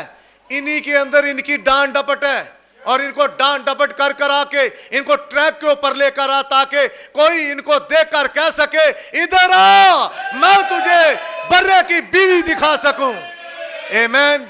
इधर आ, मैं तुझे दुल्हन यानी बर्रा की बीवी दिखा सकूं। आमीन। इसलिए नबी कहता है कि फिर होता क्या है कि वो उनके हकूक की जो किताब है वो जब्त हो जाती है। कब? जब ऐसे काम करें। आगे जी, अभी जो हवाला मैंने पढ़ा है उसके मुताबिक उसे खुदा के खजाने से बेदखल कर दिया गया है। खुदा दा खजाना किथे सी? अदन च। जब वो अपने दूल्हे के साथ वफादार नहीं रही, आदम के साथ, तो जो खजाने के अंदर खुदा ने उनको रखा हुआ था, और आदम और हवा को क्या कर दिया गया? बेदखल कर दिया गया। जो बीवी शाख खर्चियां करती है, जो बीवी अपने रिश्तेदारों को पालती है, यानी अपने पीछे वालों को, अपने शोहर की इजाजत के बगैर, शोहर को पता ही नहीं है, अंदर एक सुरंग बनाई है। ऐसा शोहर इत्थे बैठा, सुरंग दे अंदरले खाते चो जा रहे, चल चल चल चल चल चल, खरगोशों की तरह बनी हुई है, जाई जा रहा माल, जाई जा रहा माल। शोहर कहता जब परसों तो ले आके देता, वो तो खत्म हो गया। इतने लोग आते हैं, आपको पता नहीं हमारे घर में कितना आना जाना है। अच्छा, कहाँ जा रहा है? आप मिसाल की किताब में लिखा है, तेरी दौलत किसी गैर के घर ना जाए, यानी अगर जाए तो तेरी इजाजत के साथ जाए। जो खुदा ने आदम और हवा को अपने खजाने का मुख्तार बना रखा था, एक हरकत की वजह से आदम को क्या कहा गया? अब तू पसीने के साथ कमाएगा और खून पसीने की कमा कर खाएगा। बड़ा बड़ा बुरा काम हो गया, बहुत। लेकिन खुदावंद तरस खाने वाला है। खुदावंद, हम नंगे हैं, खुदावंद ने एक बर्रा मारा और बर्रा मारकर चमड़े के कुर्ते पहना दिए। बेदखल तो मैंने कर ही दिया, लेकिन इतना एहसास करता हूं कि ये शर्मिंदा ना हो, इनका नंगापन ढांप सकूं, इनको देखकर लोग वाह वाह ना करते फिरें, ताना मिनाना इनके ऊपर आए। अभी भी खुदा के रहम को नहीं आप समझ रहे? खुद आपके घर में ब्लेसिंग क्यों नहीं है? आप भाई साहब बेदखल हो चुके हैं, बहन जी आप बेदखल हो चुकी हैं। खुदावंद ने अपने खजाने से आपको बाहर कर रखा है, हमेशा के लिए नहीं। ये अच्छी बात है, हमेशा के लिए नहीं कर रखा। उसके पास एक ऐसा प्लान है जो बनाए आलम से पहले था। अच्छा, कोई बात नहीं, मैंने तुम्हारे लिए इंतजाम कर रखा है, ये हो गया, कोई बात नहीं, मैं तुम्हारे लिए वो सारे रास्ते हमवार करूंगा। फिर यसाया आता है, कहता देखो एक कुंवारी हामला होगी, बेटा जनेगी, उसका नाम अजीब मशीर खुदाए कादर होगा, सल्तनत उसके कंधे पर होगी। वो ये करेगा, वो करेगा।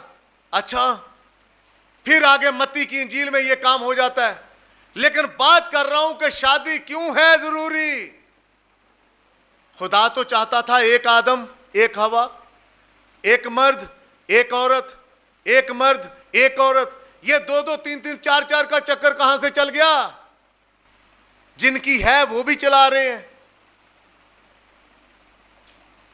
और इवन यहां तक कि एक चर्च संभाला हुआ है और चर्च संभाल कर ऐसे मामलात में पड़े हुए हैं। और ये मामलात इस कदर संगीन है और ये जानते नहीं है खुदा की हजूरी से, खुदा के खजानों से बेदखल शुदा हैं। तभी तो मैसेज नहीं खुल रहा, तभी तो कलीसिया बरकत नहीं पा रही, तभी तो कलीसिया के अंदर किसी तरह की कोई ऐसी वो जो अलामात हैं बरकत वाली वो नहीं है, बरकत वाली अलामात नहीं है। ये क्यों है? इसलिए क्योंकि खुदा से बेदखल हो चुके हैं। उसने अपने खजाने बंद कर रखे हैं। थोड़ा आगे निकलना चाहता हूं, जरा सुनिए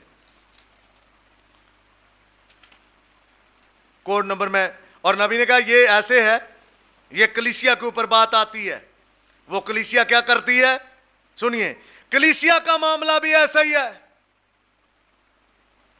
जब वो तंजीमों और अकायद के साथ खुदा के कलाम को गड़बड़ करने की कोशिश करती है, वो बेयक वक्त मसीह की दुल्हन और एक तंजीमी ब्याहता नहीं हो सकती। वो तंजीम की वाइफ और जीसस की वाइफ नहीं हो सकती। और इसलिए हमारे घरों में होता क्या है, जब शादियां बच्चों की होती हैं, आओ जी पाद साहब दुआ करो। पारी साहब को कहां दुआ करने के लिए कहते हैं? जो डीजे रखा होता है डांस करने के लिए, उसके ऊपर पादरी साहब आते हैं। मजबूर पादरी बेचारे, लाचार, मफलूज, हाँ मफलूज, जिन्होंने पोलियो ज़्यादा पादरी, उन्होंने पता चलो विआह है, इन्होंने चंदा तो देना ही है, अच्छा काम है, मैं जाना। कोट पा पू के जाते ने बड़े टुश टश लाक ऐसे खड़े हो। सो जीजो, आइए इस शादी के लिए, नौ ब्याहता जोड़े के लिए दुआ करें। ऐसे ही होते, स्टिल खड़े दुआ करनी शुरू हो जाते हैं। जैसे ही पादरी साहब निकलते हैं फिर डीजे लग जाता है। क्या लगता है? मैं यहां से बोलना नहीं चाहता, आप सुनते हैं क्या लगता है। तरह तरह की और चीजें, आवाजें आना शुरू हो जाती हैं। लेकिन मैं आपको बताना चाहता हूं, ऐसी शादियों में ना मुझे बुलाना ना मैंने आना है। मैं आपको साफ कह रहा हूं। जिन बेटियों ने, जिन बच्चों ने करवानी है, पहले से अपने फुफ्फे को कंट्रोल करो, पहले से अपने पापा डैडी, जो मम्मी शम्मी जो कुछ भी है उसको कंट्रोल करो। मम्मी अपनों को कंट्रोल करे और पापा अपनों को कंट्रोल करे, तब जाकर हम आपके घर में कदम रखेंगे। अगर बाद में भी मुझे पता चल गया कि आपने ये किया, मैं वापस जाऊंगा और वापस जाकर आपकी ठीक ठाक क्लास लूंगा। इसलिए कि चरवाहे के पास एक लंबा सारा सोटा भी होता है और जो भेड़ ना तरीकेकार के साथ चले वो उसी के साथ उसकी टांग तोड़ता है। टांग तोड़ के 15 दिन अपने घर रखता, घर रखकर उसकी मरहम पट्टी करता, उसे रोज 2-4 चपेड़े मार के कहता इसलिए तुझे समझाया बेटा, फिर चपेड़े चपूड़े मार के फिर चुप करा के इसलिए तुझे कहा बेटा ऐसे ना काम किया कर। फिर जब वो चुप कर जाता फिर उसे 2-4 चपेड़े मार के फिर बेटा तुझे समझाया कितनी बार कहा मैंने कि ये काम ना किया कर। ये तरीकाकार मुझे किसी सेमिनरी ने नहीं दिया, ये तरीकाकार मुझे इस बाइबल में मिला है। आमीन। खुदा ने दाऊद को मारा और खुदा के काम के अंदर दखल अंदाजी करना। कभी कभार मैं आपको बता रहा हूं, आप बच्चों को, आप सुने जरा, मैं जब आपको देखता हूं एक जाता दूसरा शूटर ही निकलता, मगर क्या हो गया आपको? बस पकड़नी आपने? नहीं हम पानी देख रहे थे, हम ये वो लटना पड़, कोई बात नहीं आ रही उनके मुंह से। ये कोई आपके पास कोई काम ही नहीं है आप बताने के लिए कि आप कहें कि हम इसलिए गए थे। जब आप किसी दिन काबू आ गए भाई डीकन के, मेरे तो चलो मैं तो रहम दिल बंदा हूं मैं तो बख्श दूंगा फिर भी। हाँ किसी दिन भाई डीकन के काबू आ गए आप, इन्होंने पाइप अभी छोड़ा है, चलाना नहीं भूले, ये चलाना चलाना जानते हैं, ये चलाएंगे पाइप, मैं आपको कह रहा हूं। इसलिए मम्मी अपनी साइड वालों को कंट्रोल करे, पापा अपने साइड वालों को कंट्रोल करे, ताकि खुदा की हजूरी से आपका बेटा जिसकी आप शादी कर रहे हैं, आपकी बेटी जिसकी आप शादी करने जा रही हैं, खुदा की हजूरी से बेदखल ना हो जाए। अगर खुदा की हजूरी से बेदखल हो गए तो क्या मिलेगा शादी करके? एक दूल्हा शरीफ, दूल्हे शरीफ नु लेके घूमते फिरो, एक दुल्हन शरीफा उसको लेकर घूमते फिरो फिर सारा इधर उधर बस। लेकिन मैं आपको एक कहता हूं, अगर दूल्हा और दुल्हन जो बात ब्लेसिंग की है उसके ऊपर कोई मेहनत नहीं है, उससे जान छड़ाओ, पर साहब बस ऐसे जल्दी जल्दी करना है, मिनट सेकंड। मुझे तो लोग जनाजों में भी कह देते हैं, पारी साहब बस मिनट ही लाना, मैं कह जी ये भी नहीं लाउंदे विच सुटो मिट्टी पाइए आइए, ये भी नहीं लगाते, हम नहीं करेंगे, सुटो उन्हों विच, वो है इसी लायक। अगर जीते जी उसने अपना एक खादम रखा होता तो उसका खादम उसके लिए खड़ा होता। ये बिलीवर है और इसका हर काम बाइबल के आन मुताबिक होना चाहिए, उसका खादम उसके लिए खड़ा होता। लेकिन अगर कोई खादम ही नहीं है, कौन खड़ा होगा? इसलिए मम्मी अपनी साइड वालों को, पापा अपनी साइड वालों को सारे संभाल संभूल के उनको बोलो। एक अच्छा तरीका मैं आपको बताना चाहता हूं, रिश्तेदारों को घर ही ना विखाओ। हाँ घर ही ना विखाओ, सीधा शादी हाल बुलाओ, शादी हाल बुलाओ, उधर से उनको फ्री करो जो ऐसे उल्टे सीधे काम करते हैं। मुझे निकाह के ऊपर कहा गया बस ऐसे कर दो, बस जल्दी कर दो, वर्दी कर दो, ये कर दो। भाई जिन कलमात के अंदर बरकत है वो क्या बोले ही ना, वो भी टेंटा वाले कह के दूल्हा दुल्हन करवा लो। टेंट वाला खड़ा होकर कह जी है दुल्हन जे ते दूल्हा जे ते आओ घर चलिए, हाँ उसी से कह दे। मैं आपको सिखा रहा हूं जो हमारे लोग हैं, आपको अपने लोगों को, और कईयों ने कंट्रोल किया है। मैं पिछली शादी में था, ब्रदर आसफ बैठे हैं, ब्रदर शहाब बैठे हैं, इन्होंने अपनी फैमिली को कंट्रोल कर रखा था, किसी की ची पै नहीं हो रही थी, उन्होंने कंट्रोल किया था और सारे का सारा मैसेज के लोगों का कंट्रोल था। वहां पर मैसेज दिया भाई ने, आला तरीके से मैसेज प्रीच हुआ और खुदावंद के नाम को जलाल मिला, आमीन। इसलिए मैं चाहता हूं कि हमारे जो लोग हैं वो फॉलो करें खुदा के कलाम को और खुदा के नबी को। नबी की भी शादी हुई, नबी नहीं शादी करना चाहता था। मैं शॉर्ट करता हूं इन चीजों को। नबी शादी सिस्टर मेडा से नहीं करना चाहते थे, लेकिन ब्रदर ब्रैनम को खास डेट दी गई, खास डेट 23 अक्टूबर। और अगर आप 23 अक्टूबर रखेंगे मुझे खुशी होगी, ये बच्चे शादियों का दिन। इसलिए हम लकीर के फकीर नहीं हैं, लेकिन उसके पीछे एक मकाशफा है। 2 और 3 कितने हैं और 5 किसका आदद है? God bless you. ये फजल का आदद है, और अगर कोई खुदा के फजल के नीचे रहता है तो वो खुदा के खजानों का मालिक है। लेकिन बजाय इसके कि खुदा के खजानों के हम मालिक हों, हम डीजे चला के खुदा के खजानों से बेदखल हो जाएं और खुदा भी कहे जान छोड़े। इसलिए खुदा का नबी कहता है ये मामला कलीसिया का है। कलीसिया को क्या करना चाहिए? उसे 2-2 शोहर नहीं रखने चाहिए। मेरा ये भी पादरी है तो मेरा ये भी पादरी नहीं। एक औरत अपने शोहर के अलावा किसी दूसरे के साथ बात नहीं करना पसंद करेगी। कई हैं जो हर किसी के साथ बात करना पसंद करती हैं। बना के रखनी चाहिए। दुनिया ते रहने हैं, कदी काम ही पै जाता। साडा ते है ही इस तरह का, दिल करे तो आवे ही ना। भी उसकी वजह ढूंढो क्यों ना आए। वजह यह है कि आपने खुदावंद की हजूरी से अपने आप को खुद बेदखल करवाया है और आप बेदखल शुदा होने को ज्यादा पसंद करते हैं। और कोड नंबर 16 में क्या लिखा है सुनिए जरा। कोड पढ़ के मैं आता हूं 23 अक्टूबर के ऊपर।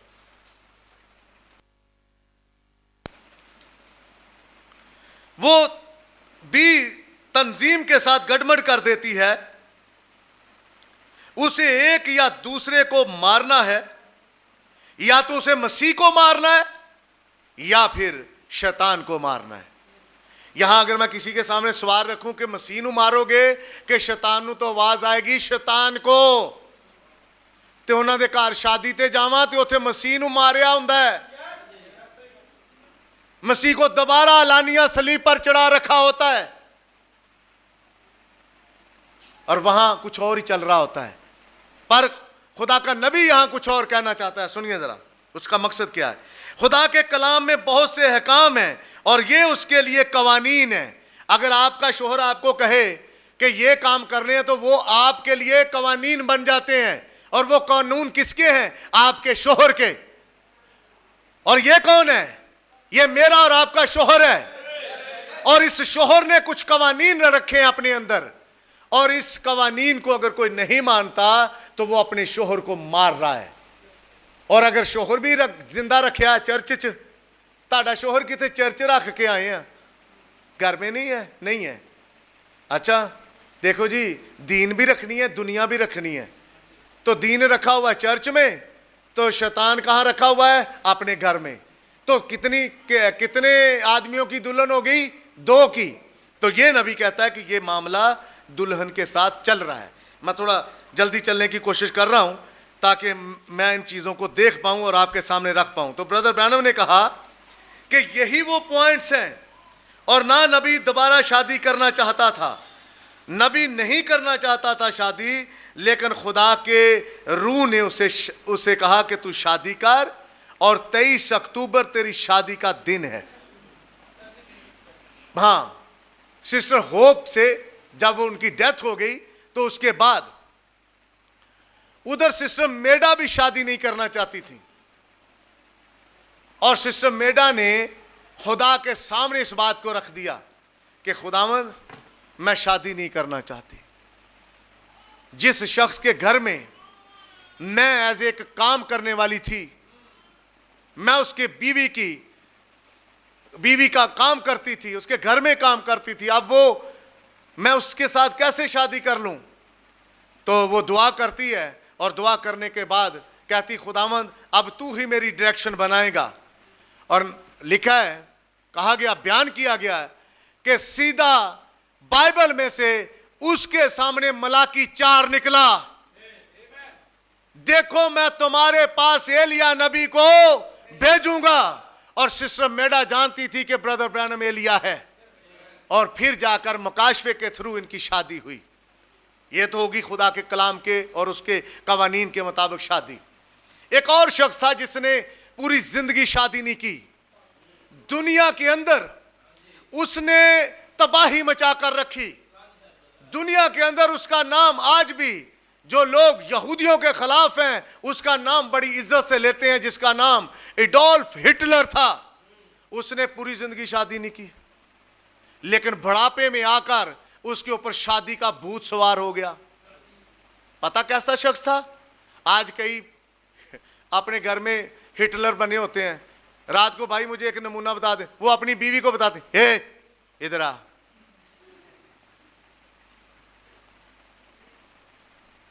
इधर आओ। ये कहा था तुझे, क्यों नहीं किया? यार ये कोई तरीका है? हिटलर ने शादी नहीं की, लेकिन हिस्ट्री बताती है उसने आखिरी लम्हात में शादी कर ली एक औरत से। और जब शादी, हिटलर मरा कैसे? खुदकशी की थी। आप भी मर गया और बुढ़ी नू मार देता। कई शादी कर देने, अगली नू मारो, आप भी मर जाओ। लेकिन ये शादी का अंजाम ठीक नहीं है। ये जीवन है, जिंदगी है, इसे जियो, उसे भी जीने दो, खुद भी जियो।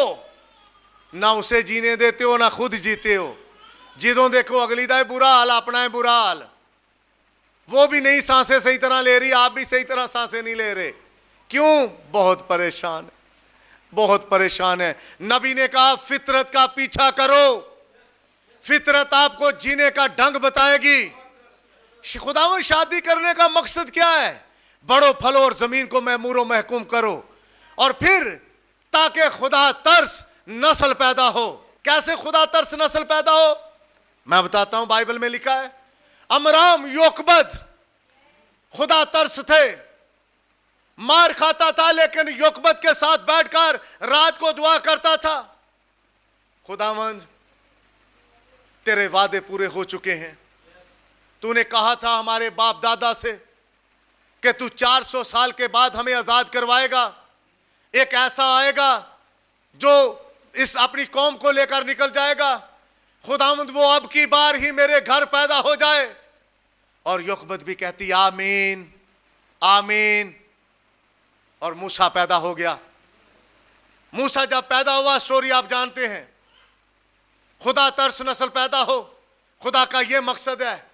लेकिन जब शोहर अपनी बीवी को लेकर चर्च ना आए और बीवी चर्च आने का सोचे भी ना, तब कहां खुदा तरस नस्ल पैदा होगी? नहीं होगी खुदा तरस नस्ल। तब होगी बाजारी चूचे, बाजारी चूजे ऐसे कि उनको निक्कर में घूमते रहते हैं, सारा दिन निक्कर में घूमते रहते हैं। बच्चा 25 साल का हो गया, निक्कर में घूमता फिर रहा है। मोटर बाइक पे देखो निक्कर पे, किसी के घर देखो निक्कर में, पोनी पहनी है, मुंह में पान है, सिगरेट नस्वार सारा कुछ है। और ये क्यों है ऐसा? क्योंकि बहन जी जो हैं, इनकी जिंदगी के अंदर खुदा वाली कोई चीज ही नहीं है। इसलिए जब आप इन वाले मामलात में चलते हैं, आप कभी बाबरकत नहीं होते। जब आप रिश्तेदारों को खुश करते फिरें, आए किथे प्रोग्राम अटेंड करना, कभी मैं देखूं शॉपर इधर से आ रहा, कभी इधर को जा रहा, कभी उधर से आ रहा, कभी इधर को जा, क्या करने? हम इबादत, बड़ा मजा आया इबादत करके। पूछूं क्या सीखा? शापर शापर शापर शापर सीखे, बस और कुछ नहीं। क्या सीखा आपने? और जब आप इन मामलात से होकर गुजरते हैं, अब्राहम और सारा ये कैसे मियां बीवी हैं? इनको खुद, हालांकि सारा बांझ है, जानते हैं आप, औलाद नहीं है, लेकिन खूबसूरत औरत है, बच्चा नहीं है, 7 साल चल रहे हैं, सारे मामलात आप जानते हैं। खुदा ने एक बच्चा दिया जिसे अहद का फर्जंद कहते हैं। ऐसा अहद का फर्जंद, ऐसा खुदा तरस बाप से सवाल करता है, पापा जी, डैडी जी, लकड़ियां हैं, आग है, बर्रा कहां है? और उसका बाप कहता है बर्रा खुदा देगा। बच्चे की आंखों पर पट्टी बांधता है, बच्चे को लटा देता है लकड़ियों के ऊपर। अजदा हुंदा कहंदा अबू एक ही करन दिया, मैनू तो पहले ही पता सी तू मैनू ही मारना है। हाँ भाई ना, मैं तो पहले ही जानता था तुझे मुझे मारना चाहता है, तू तो मेरा दुश्मन है। लेकिन वो इसहाक ऐसा बच्चा है, अपने बाप के साथ साथ चल रहा है। क्यों? क्योंकि मुकाशफे के साथ शादी हुई है, औलाद मुकाशफे के साथ पाई है। आज एक भाई और एक बहन ने अपने बच्चों के नाम तक दिए हैं। ये क्या है? ये मुकाशफा है। शादी रेवलेशन है, ये मजाक नहीं है कि जिथे मर्जी कर दो मैं हाजिर हूं। नहीं, ये रेवलेशन है।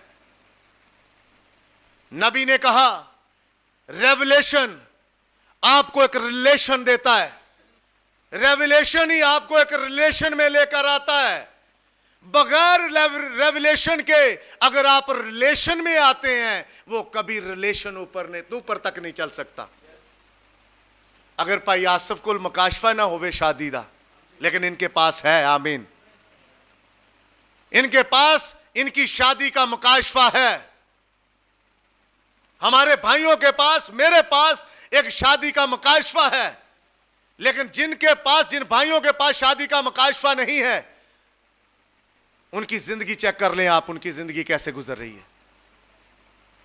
रेवलेशन से एक रिलेशन आता है और वो रिलेशन आपको मजबूत जोड़ता है। अब्राहम और सारा के पास पहले रेवलेशन आया, और रेवलेशन के बाद एक अम्मा और बाबा वाला रिलेशन आया, और जब रिलेशन आया तो फिर आगे बढ़ने का उनके पास एक मकाशफा भी आया। आमीन। जब एक नौ ब्याहता के पास रेवलेशन डीजे वाला नहीं दे सकता। मैं आपको साफ कहता हूं, इन दो लफ्जों के ऊपर अगर मैं बोलूं और खुदा मुझसे बुलवाए तो मैं बहुत कुछ बोल सकता हूं। फर्स्ट रेवलेशन और सेकंड रिलेशन। जो रिलेशन बना है चिट्टे चमड़ी नाल, गोरी कुड़ी बड़ी गोरी है, मुंडा हीरो है, ये रिलेशन कैसे बन रहा है? एक आंखों देखी चीज के ऊपर रंग थे। मैं शादी में देख रहा था, वैसे इनकी भाई आसिफ की शादी में सबसे ज्यादा जिनका रंग मदम था वो भाई आसिफ ही थे, मैं देख रहा था। लेकिन इन दोनों मियां बीवी को मैं इतना खुश देख रहा था, ये दोनों आपस में इतने खुश रहते हैं, हमारी बहन भी और हमारा भाई भी। क्यों? क्योंकि एक रेवलेशन है और उसके पीछे एक रिलेशन है। जिनके पास जो रेवलेशन नहीं पकड़ पाते वो रिलेशन भी नहीं बना पाते। वो जानते हैं, कहते फलानिया मैंने छाड़ते नहीं देगा। क्यों? क्योंकि शादी का रेवलेशन नहीं है। जब मकाशफा होगा पास कि मैं क्यों आई हूं, मैं इस घर की क्या हूं, उसे पता पड़ेगा कि मेरी शादी हुई क्यों है। और जब ये चीजें चल जाती हैं तब जाकर ये मकाशफा खुदा का मकसद क्या है शादी कराने का? क्योंकि वो चाहता है कि आदम अकेला ना रहे। आदम का अकेला रहना अच्छा नहीं है, और अकेले के साथ खुदा कुछ करता है। इसलिए रेवलेशन पकड़ो ताकि आपका कुछ रिलेशन बने। नबी का रेवलेशन आया नहीं, रिलेशन बना नहीं। मोहरों का रेवलेशन आया नहीं, रिलेशन बना नहीं। इसलिए मैं आपसे मुखातब होकर कह रहा हूं, जब मैं और आप अपने बच्चों की शादियां करें तो रेवलेशन पकड़ो। जो अपने ही बाप और मां की इज्जत नहीं करता या नहीं करती, सास ससुर मत सोचे कि उनको जनाब बड़े पराठे बना कर देगी। जो अपने घर में चाय ना बना सके वो अगले के घर जाकर क्या करेगी? ये तो ठहरे दुनियावी मामलात। लेकिन इन मामलात में से होकर शादी का मकसद दरअसल ये है कि खुदा तरस नस्ल पैदा हो। ये बाइबल में करदार है। और अगर खुदा तरस नस्ल पैदा हो तो चलते चलते चलते चलते चलते चलते एक दिन ऐसा भी होगा कि इसी नस्ल में से किसी का रैप्चर भी हो। बाइबल गवाह है। हनूक आदम से 7वीं पुश्त तक था। जरा निकालिए मेरे साथ उसका नसबनामा। जी 5वां बाब, शायद 4थे बाब में या 5वें बाब में नसबनामा है उसका। मेरे साथ निकालिए जरा 5वें बाब में। हाँ जी, जरा सुन पढ़िए मेरे साथ। जरा मैं पढ़ना चाहता हूं और आप पढ़िए मेरे साथ। यही वो मुकाशफा है।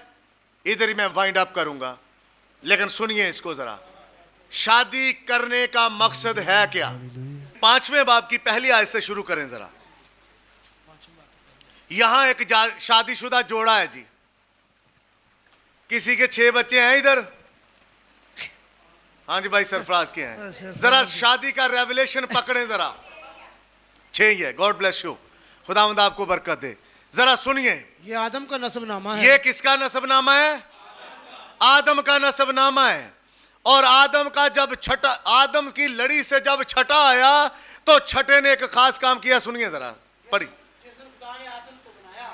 मैं आपके पीछे पढ़ूंगा ताकि यहां पर आवाज साफ चली जाए। थोड़ा शॉर्ट करके पढ़िए। ये आदम का नसबनामा है। ये आदम का नसबनामा है। जिस दिन खुदा ने आदम को पैदा किया तो जिस दिन खुदा ने आदम को पैदा किया तो उसे अपनी शबीह पर बनाया जी। नर और नारी उनको पैदा किया हाँ जी और उनको बरकत दी। जी। और जिस रोज वो खलक हुए उनका नाम आदम रखा। जिस रोज वो खलक हुए उनका नाम क्या रखा? आदम। आदम। आगे।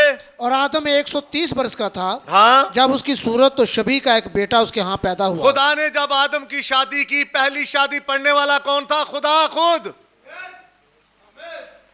खुदा खुद निकाह करने वाला था और खुदा ने हवा को वाइफ और आदम को हस्बैंड कहकर उनको बरकत दी और कहा बढ़ो फलो और जमीन को महमूरो महकूम करो।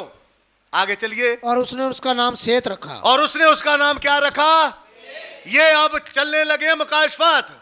जब एक रेवल्यूशन पकड़ पाया आदमी शादी करता है तो जब सेत पैदा होता है तो आगे चलिए जिधरा। और सेत की पैदाइश के बाद आदम 800 वर्ष जीता रहा जी। और उससे बेटे और बेटियां पैदा हुई और आदम की कुल उम्र 930 वर्ष की हुई तब वो मरा जी। और सेत 105 वर्ष का था जब उससे अनूस पैदा हुआ। और सेत से कौन पैदा हुआ? अनूस। जी। आगे। और अनूस 90 वर्ष का था जब उससे कनान पैदा हुआ। जी।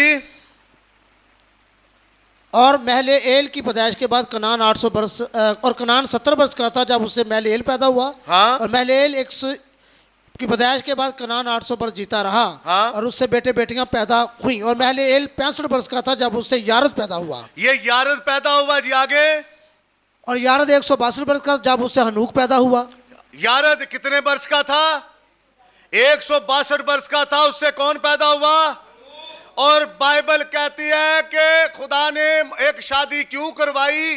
ताकि खुदा तरस नस्ल पैदा हो और चलते चलते चलते चलते कोई तो मरे लेकिन कोई बीच में ऐसा आएगा जो मरे ही ना। और यारद जब पैदा हुआ तो यारद ने एक ऐसे बच्चे को जन्म दिया जो मरा नहीं। यस ब्रदर आमेन। जो उठाया गया, Yes. जो गायब हो गया और जो खुदा के साथ साथ चलता रहा। मेरा और आपका शादी करने का मकसद ये है कि मॉडल पैदा ना करें हम मॉडल ना पैदा करें, कभी मॉडल ना पैदा करें। कौन सी औलाद पैदा हो? खुदा तरस नस्ल पैदा हो। आदम की नस्ल से जब सेत हुआ, नूस हुआ, केनान हुआ, महलेल हुआ, चलते चलते एक ऐसा शख्स है जिसका नाम यारद था। और यारद से कौन पैदा हुआ? हनूक पैदा हुआ। और ये सारे मरे लेकिन हनूक नहीं मरा। इफ्सस से लेकर चलते चलते चलते चलते किसी का रैप्चर हुआ नहीं हुआ। ये सारे मरे, उनमें से आगे चलते चलते ये 7वें नंबर पर कौन है? ये लदूकिया में से निकले हुए ब्राइड एज है। जब ये आई और इसलिए उसने कहा इधर आ, मैं तुझे दुल्हन यानी बर्रा की बीवी दिखाऊं। ये मरेगी नहीं, ये मरेगी नहीं, इसलिए क्योंकि ये बर्रे की बीवी है और ये मरेगी नहीं, ये दुल्हन है, ये उठाई जाएगी। ये मकसद है खुदा का कि शादी हो। ये मकसद नहीं है कि एक बीवी लाओ नकरानी, सवेरे ਉਹਦੇ ਅੱਗੇ ਕੱਪੜੇ ਸੁੱਟ ਕੇ ਤੇ ਰਾਤ ਨੂੰ ਆਇਆ ਤੇ ਕੱਪੜੇ ਹੀ ਉਹਦੇ ਧੋਂਦੀ ਧੋਂਦੀ ਮਰ ਜਾਵੇ ਵਿਚਾਰ। ये नहीं है मकसद। या ये मकसद नहीं है कि बच्चे पैदा हो गए तो बच्चों का भी खपा, शोहर का भी खपा, सारा कुछ कर करा के उसी के लिए सारा मामला पड़ा हुआ है। ये नहीं है मकसद शादी का कि हमने घर उसे रखा हुआ है पानी ढोंदी रहे बस। अच्छा, हमने रखा हुआ बस जानवरों को चारा ही डालती रहे, इसी ने सारा काम करना है। शादी करने का ये मकसद नहीं होता कि आप भाइयों शादी करो और घर लाओ एक नौकरानी। वो आपका बदन है, जैसे आप थकते हो वो भी थकती है, वो नौकरानी नहीं है। ये बीवी है जो अपने सारे बदन को आपके हवाले करती है। यह है शादी का मकाशफा। और आप उसकी बेहुरमती करो। बाइबल कहती है औरत को नाजुक ज़र्फ जानकर उसकी इज्जत कर। हमारे एक भाई ने घर में डंडा रखा हुआ था, वो बहन ने मुझे बता दिया। मैंने कहा भाई निकालो घर से डंडा। कहते नहीं वो तो पेटी खड़काने के लिए रखा था। मैं कहा पेटी खड़कान ली ठीक है, लेकिन अगर बाजी खड़कान लू रखा फिर उन्होंने कटो भाई, उसे निकालो फिर घर से। शादी आपने की है तो एक मकाशफे के तौर पर की है। यह मकाशफा क्या है कि आप खुदा तरस नस्ल पैदा करो। आपकी नस्ल में तरस ही नहीं है, तो जानो कहीं ना कहीं कोई गड़बड़ है, कहीं ना कहीं कोई गड़बड़ है। राहब की शादी बहुतों से हुई लेकिन औलाद नहीं पैदा कर पाई। स्टोरीज आप जानते हैं, मैं क्लोज कर रहा हूं इसको। स्टोरी आप जानते हैं क्यों नहीं औलाद पैदा कर रही। नबी ने कहा किसी का तुखम खुदा ने उसके रहम में जाने नहीं दिया। एक खास था जिसके साथ उसने अहद में बंधना था, लेकिन शादीशुदा होने से पहले राहब के पास एक रेवलेशन था, और जब राहब रेवलेशन पा चुकी तो उसने अपने घर को खोल दिया खुदा के लोगों के लिए। आज दुल्हन के पास, कलीसिया के पास अगर रेवलेशन नहीं है तो रिलेशन भी मजबूत नहीं है, नहीं है मजबूत रिलेशन। रिलेशन मजबूत होना चाहिए। एक शनीमी थी, शनीमी का बच्चा मरा पड़ा है, लेकिन उसका नबी के साथ एक गहरा रिलेशन बन चुका था। वो नबी के लिए कमरा सजाती है, बेड रखती है, क्षमादान रखती है, टेबल रखती है, चेयर रखती है, सारा कुछ जिस तरह मैं और आप अपने घर के अंदर अलमारी में किताबें रखते हैं। ये किसके लिए रख रहे हैं? नबी के लिए, क्योंकि ये किताबें मुर्दा नहीं है। ये किताबें मुर्दा नहीं है, ना ये किताबें मुर्दा, ना ये किताब मुर्दा है। इसमें और इसमें जिंदगी का छुटकारा है। ये किताब बोलती है, ये किताबें बोलती हैं। अगर ये किताबें ना बोलती तो आज ये शख्स ना बोलता। ये किताबें बोलती हैं इसलिए आज ये शख्स बोल रहा है। और मैं आपको कहता हूं इन किताबों से कभी छुटकारा हासिल करने की कोशिश ना करें। अगर आप अपने बच्चों की शादियां करना चाहते हैं, हम कराना चाहते हैं, लेकिन रेवलेशन है क्या? रेवलेशन है आपके पास? आपकी जो होने वाली बीवी है उसके लिए आपके पास क्या रेवलेशन है? ये रेवलेशन है कि वो आएगी, बड़ा काम करती, बड़ा काम करती, पाजी तारीफें करते हैं कई, बड़ा बाजी तुसी देखोगे, देखना। मेरा भाई था, कहता पाजी अब्बा जी इन्हां दियां ते बुढ़ियां तुहानू कुछ नहीं ना देंदियां, जदों मेरी आएगी देखना पराठे बना बना के तुहानू मिलणगे। जब आई खैर से अब्बे होरी भुखे मरन लग पे, अब्बे होरी भुखे मरन लग पे। मैं कहा हाँ जी अब्बा जी पराठे में मैंने कहा हाँ जी अब्बा जी पराठे मिले? कहना किथे यार। मैं कहा हाँ भी हम तो खाना घर बनाते ही नहीं। मैं कहा क्या करते? होटल से ले आते हैं। मैं कहा कब तक लाओगे होटल से? एक दिन घर बनाना पड़ेगा। ये भाई बैठे हैं सरफराज मेरे, इन्हों का भी यही तल्लक से, पैसे जेब च, चौलों का प्याला, रोटी, लटरम पटरम, घर बनाना ही नहीं है। कहते बड़े पापा इधर हमारा आटा बड़ी जल्दी खत्म हो जाता है। मैंने कहा अच्छा। मैंने कहा इधर होटल नहीं है, इधर होटल से नहीं आप लाते। तो मकसद आपके सामने रख रहा हूं, शादी एक रेवलेशन के थ्रू होती है, और जब तक आपके पास रेवलेशन नहीं है आपका मजबूत रिलेशन भी नहीं है। और जब मजबूत रिलेशन हो तो रेवलेशन मिलकर जब रिश्ता आगे आता तो राहब यरू से निकलकर बैतलहम पहुंच जाती है। और बैतलहम है क्या? खुदा की रोटी का घर। बहनों, आपकी जब से शादी हुई है, मैं तब का तो नहीं जानता पीछे आपके साथ क्या गुजरी, लेकिन आगे का जिम्मेदार मैं हूं। आगे का जिम्मेदार मैं हूं। क्यों? क्योंकि खुदा ने मुझे ये इख्तियार दे रखा है कि मैं अपने भाइयों की भी सरजनश करूं और अपनी बहनों की भी सरजनश करूं। इसलिए कि मैं रुख नहीं मोड़ना चाहता, ये मैं रहना ये चाहता हूं कि खुदा तरस आप अपने बच्चों को देख लें। आप अपने बच्चों को देख लें, अगर इनकी जिंदगियों में बेहतरी है, इनकी जिंदगी के अंदर कोई अगर बेहतरी है, तो आपके पास एक रेवलेशन है चर्च आने का, कलीसिया के चुनाव करने का। और अगर रेवलेशन नहीं है तो फिर कुछ भी नहीं है। रूथ के पास एक रेवलेशन था। अगर रूथ के पास रेवलेशन ना होता तो वो कभी भी बॉयज के पास ना जाती। उसके पास एक रेवलेशन था, रेवलेशन के बाद उसका रिलेशन बना। मेरे भाई बेटे, अगर तेरे पास तेरी बीवी का रेवलेशन नहीं है, तेरे पास उसके पास मत जाना।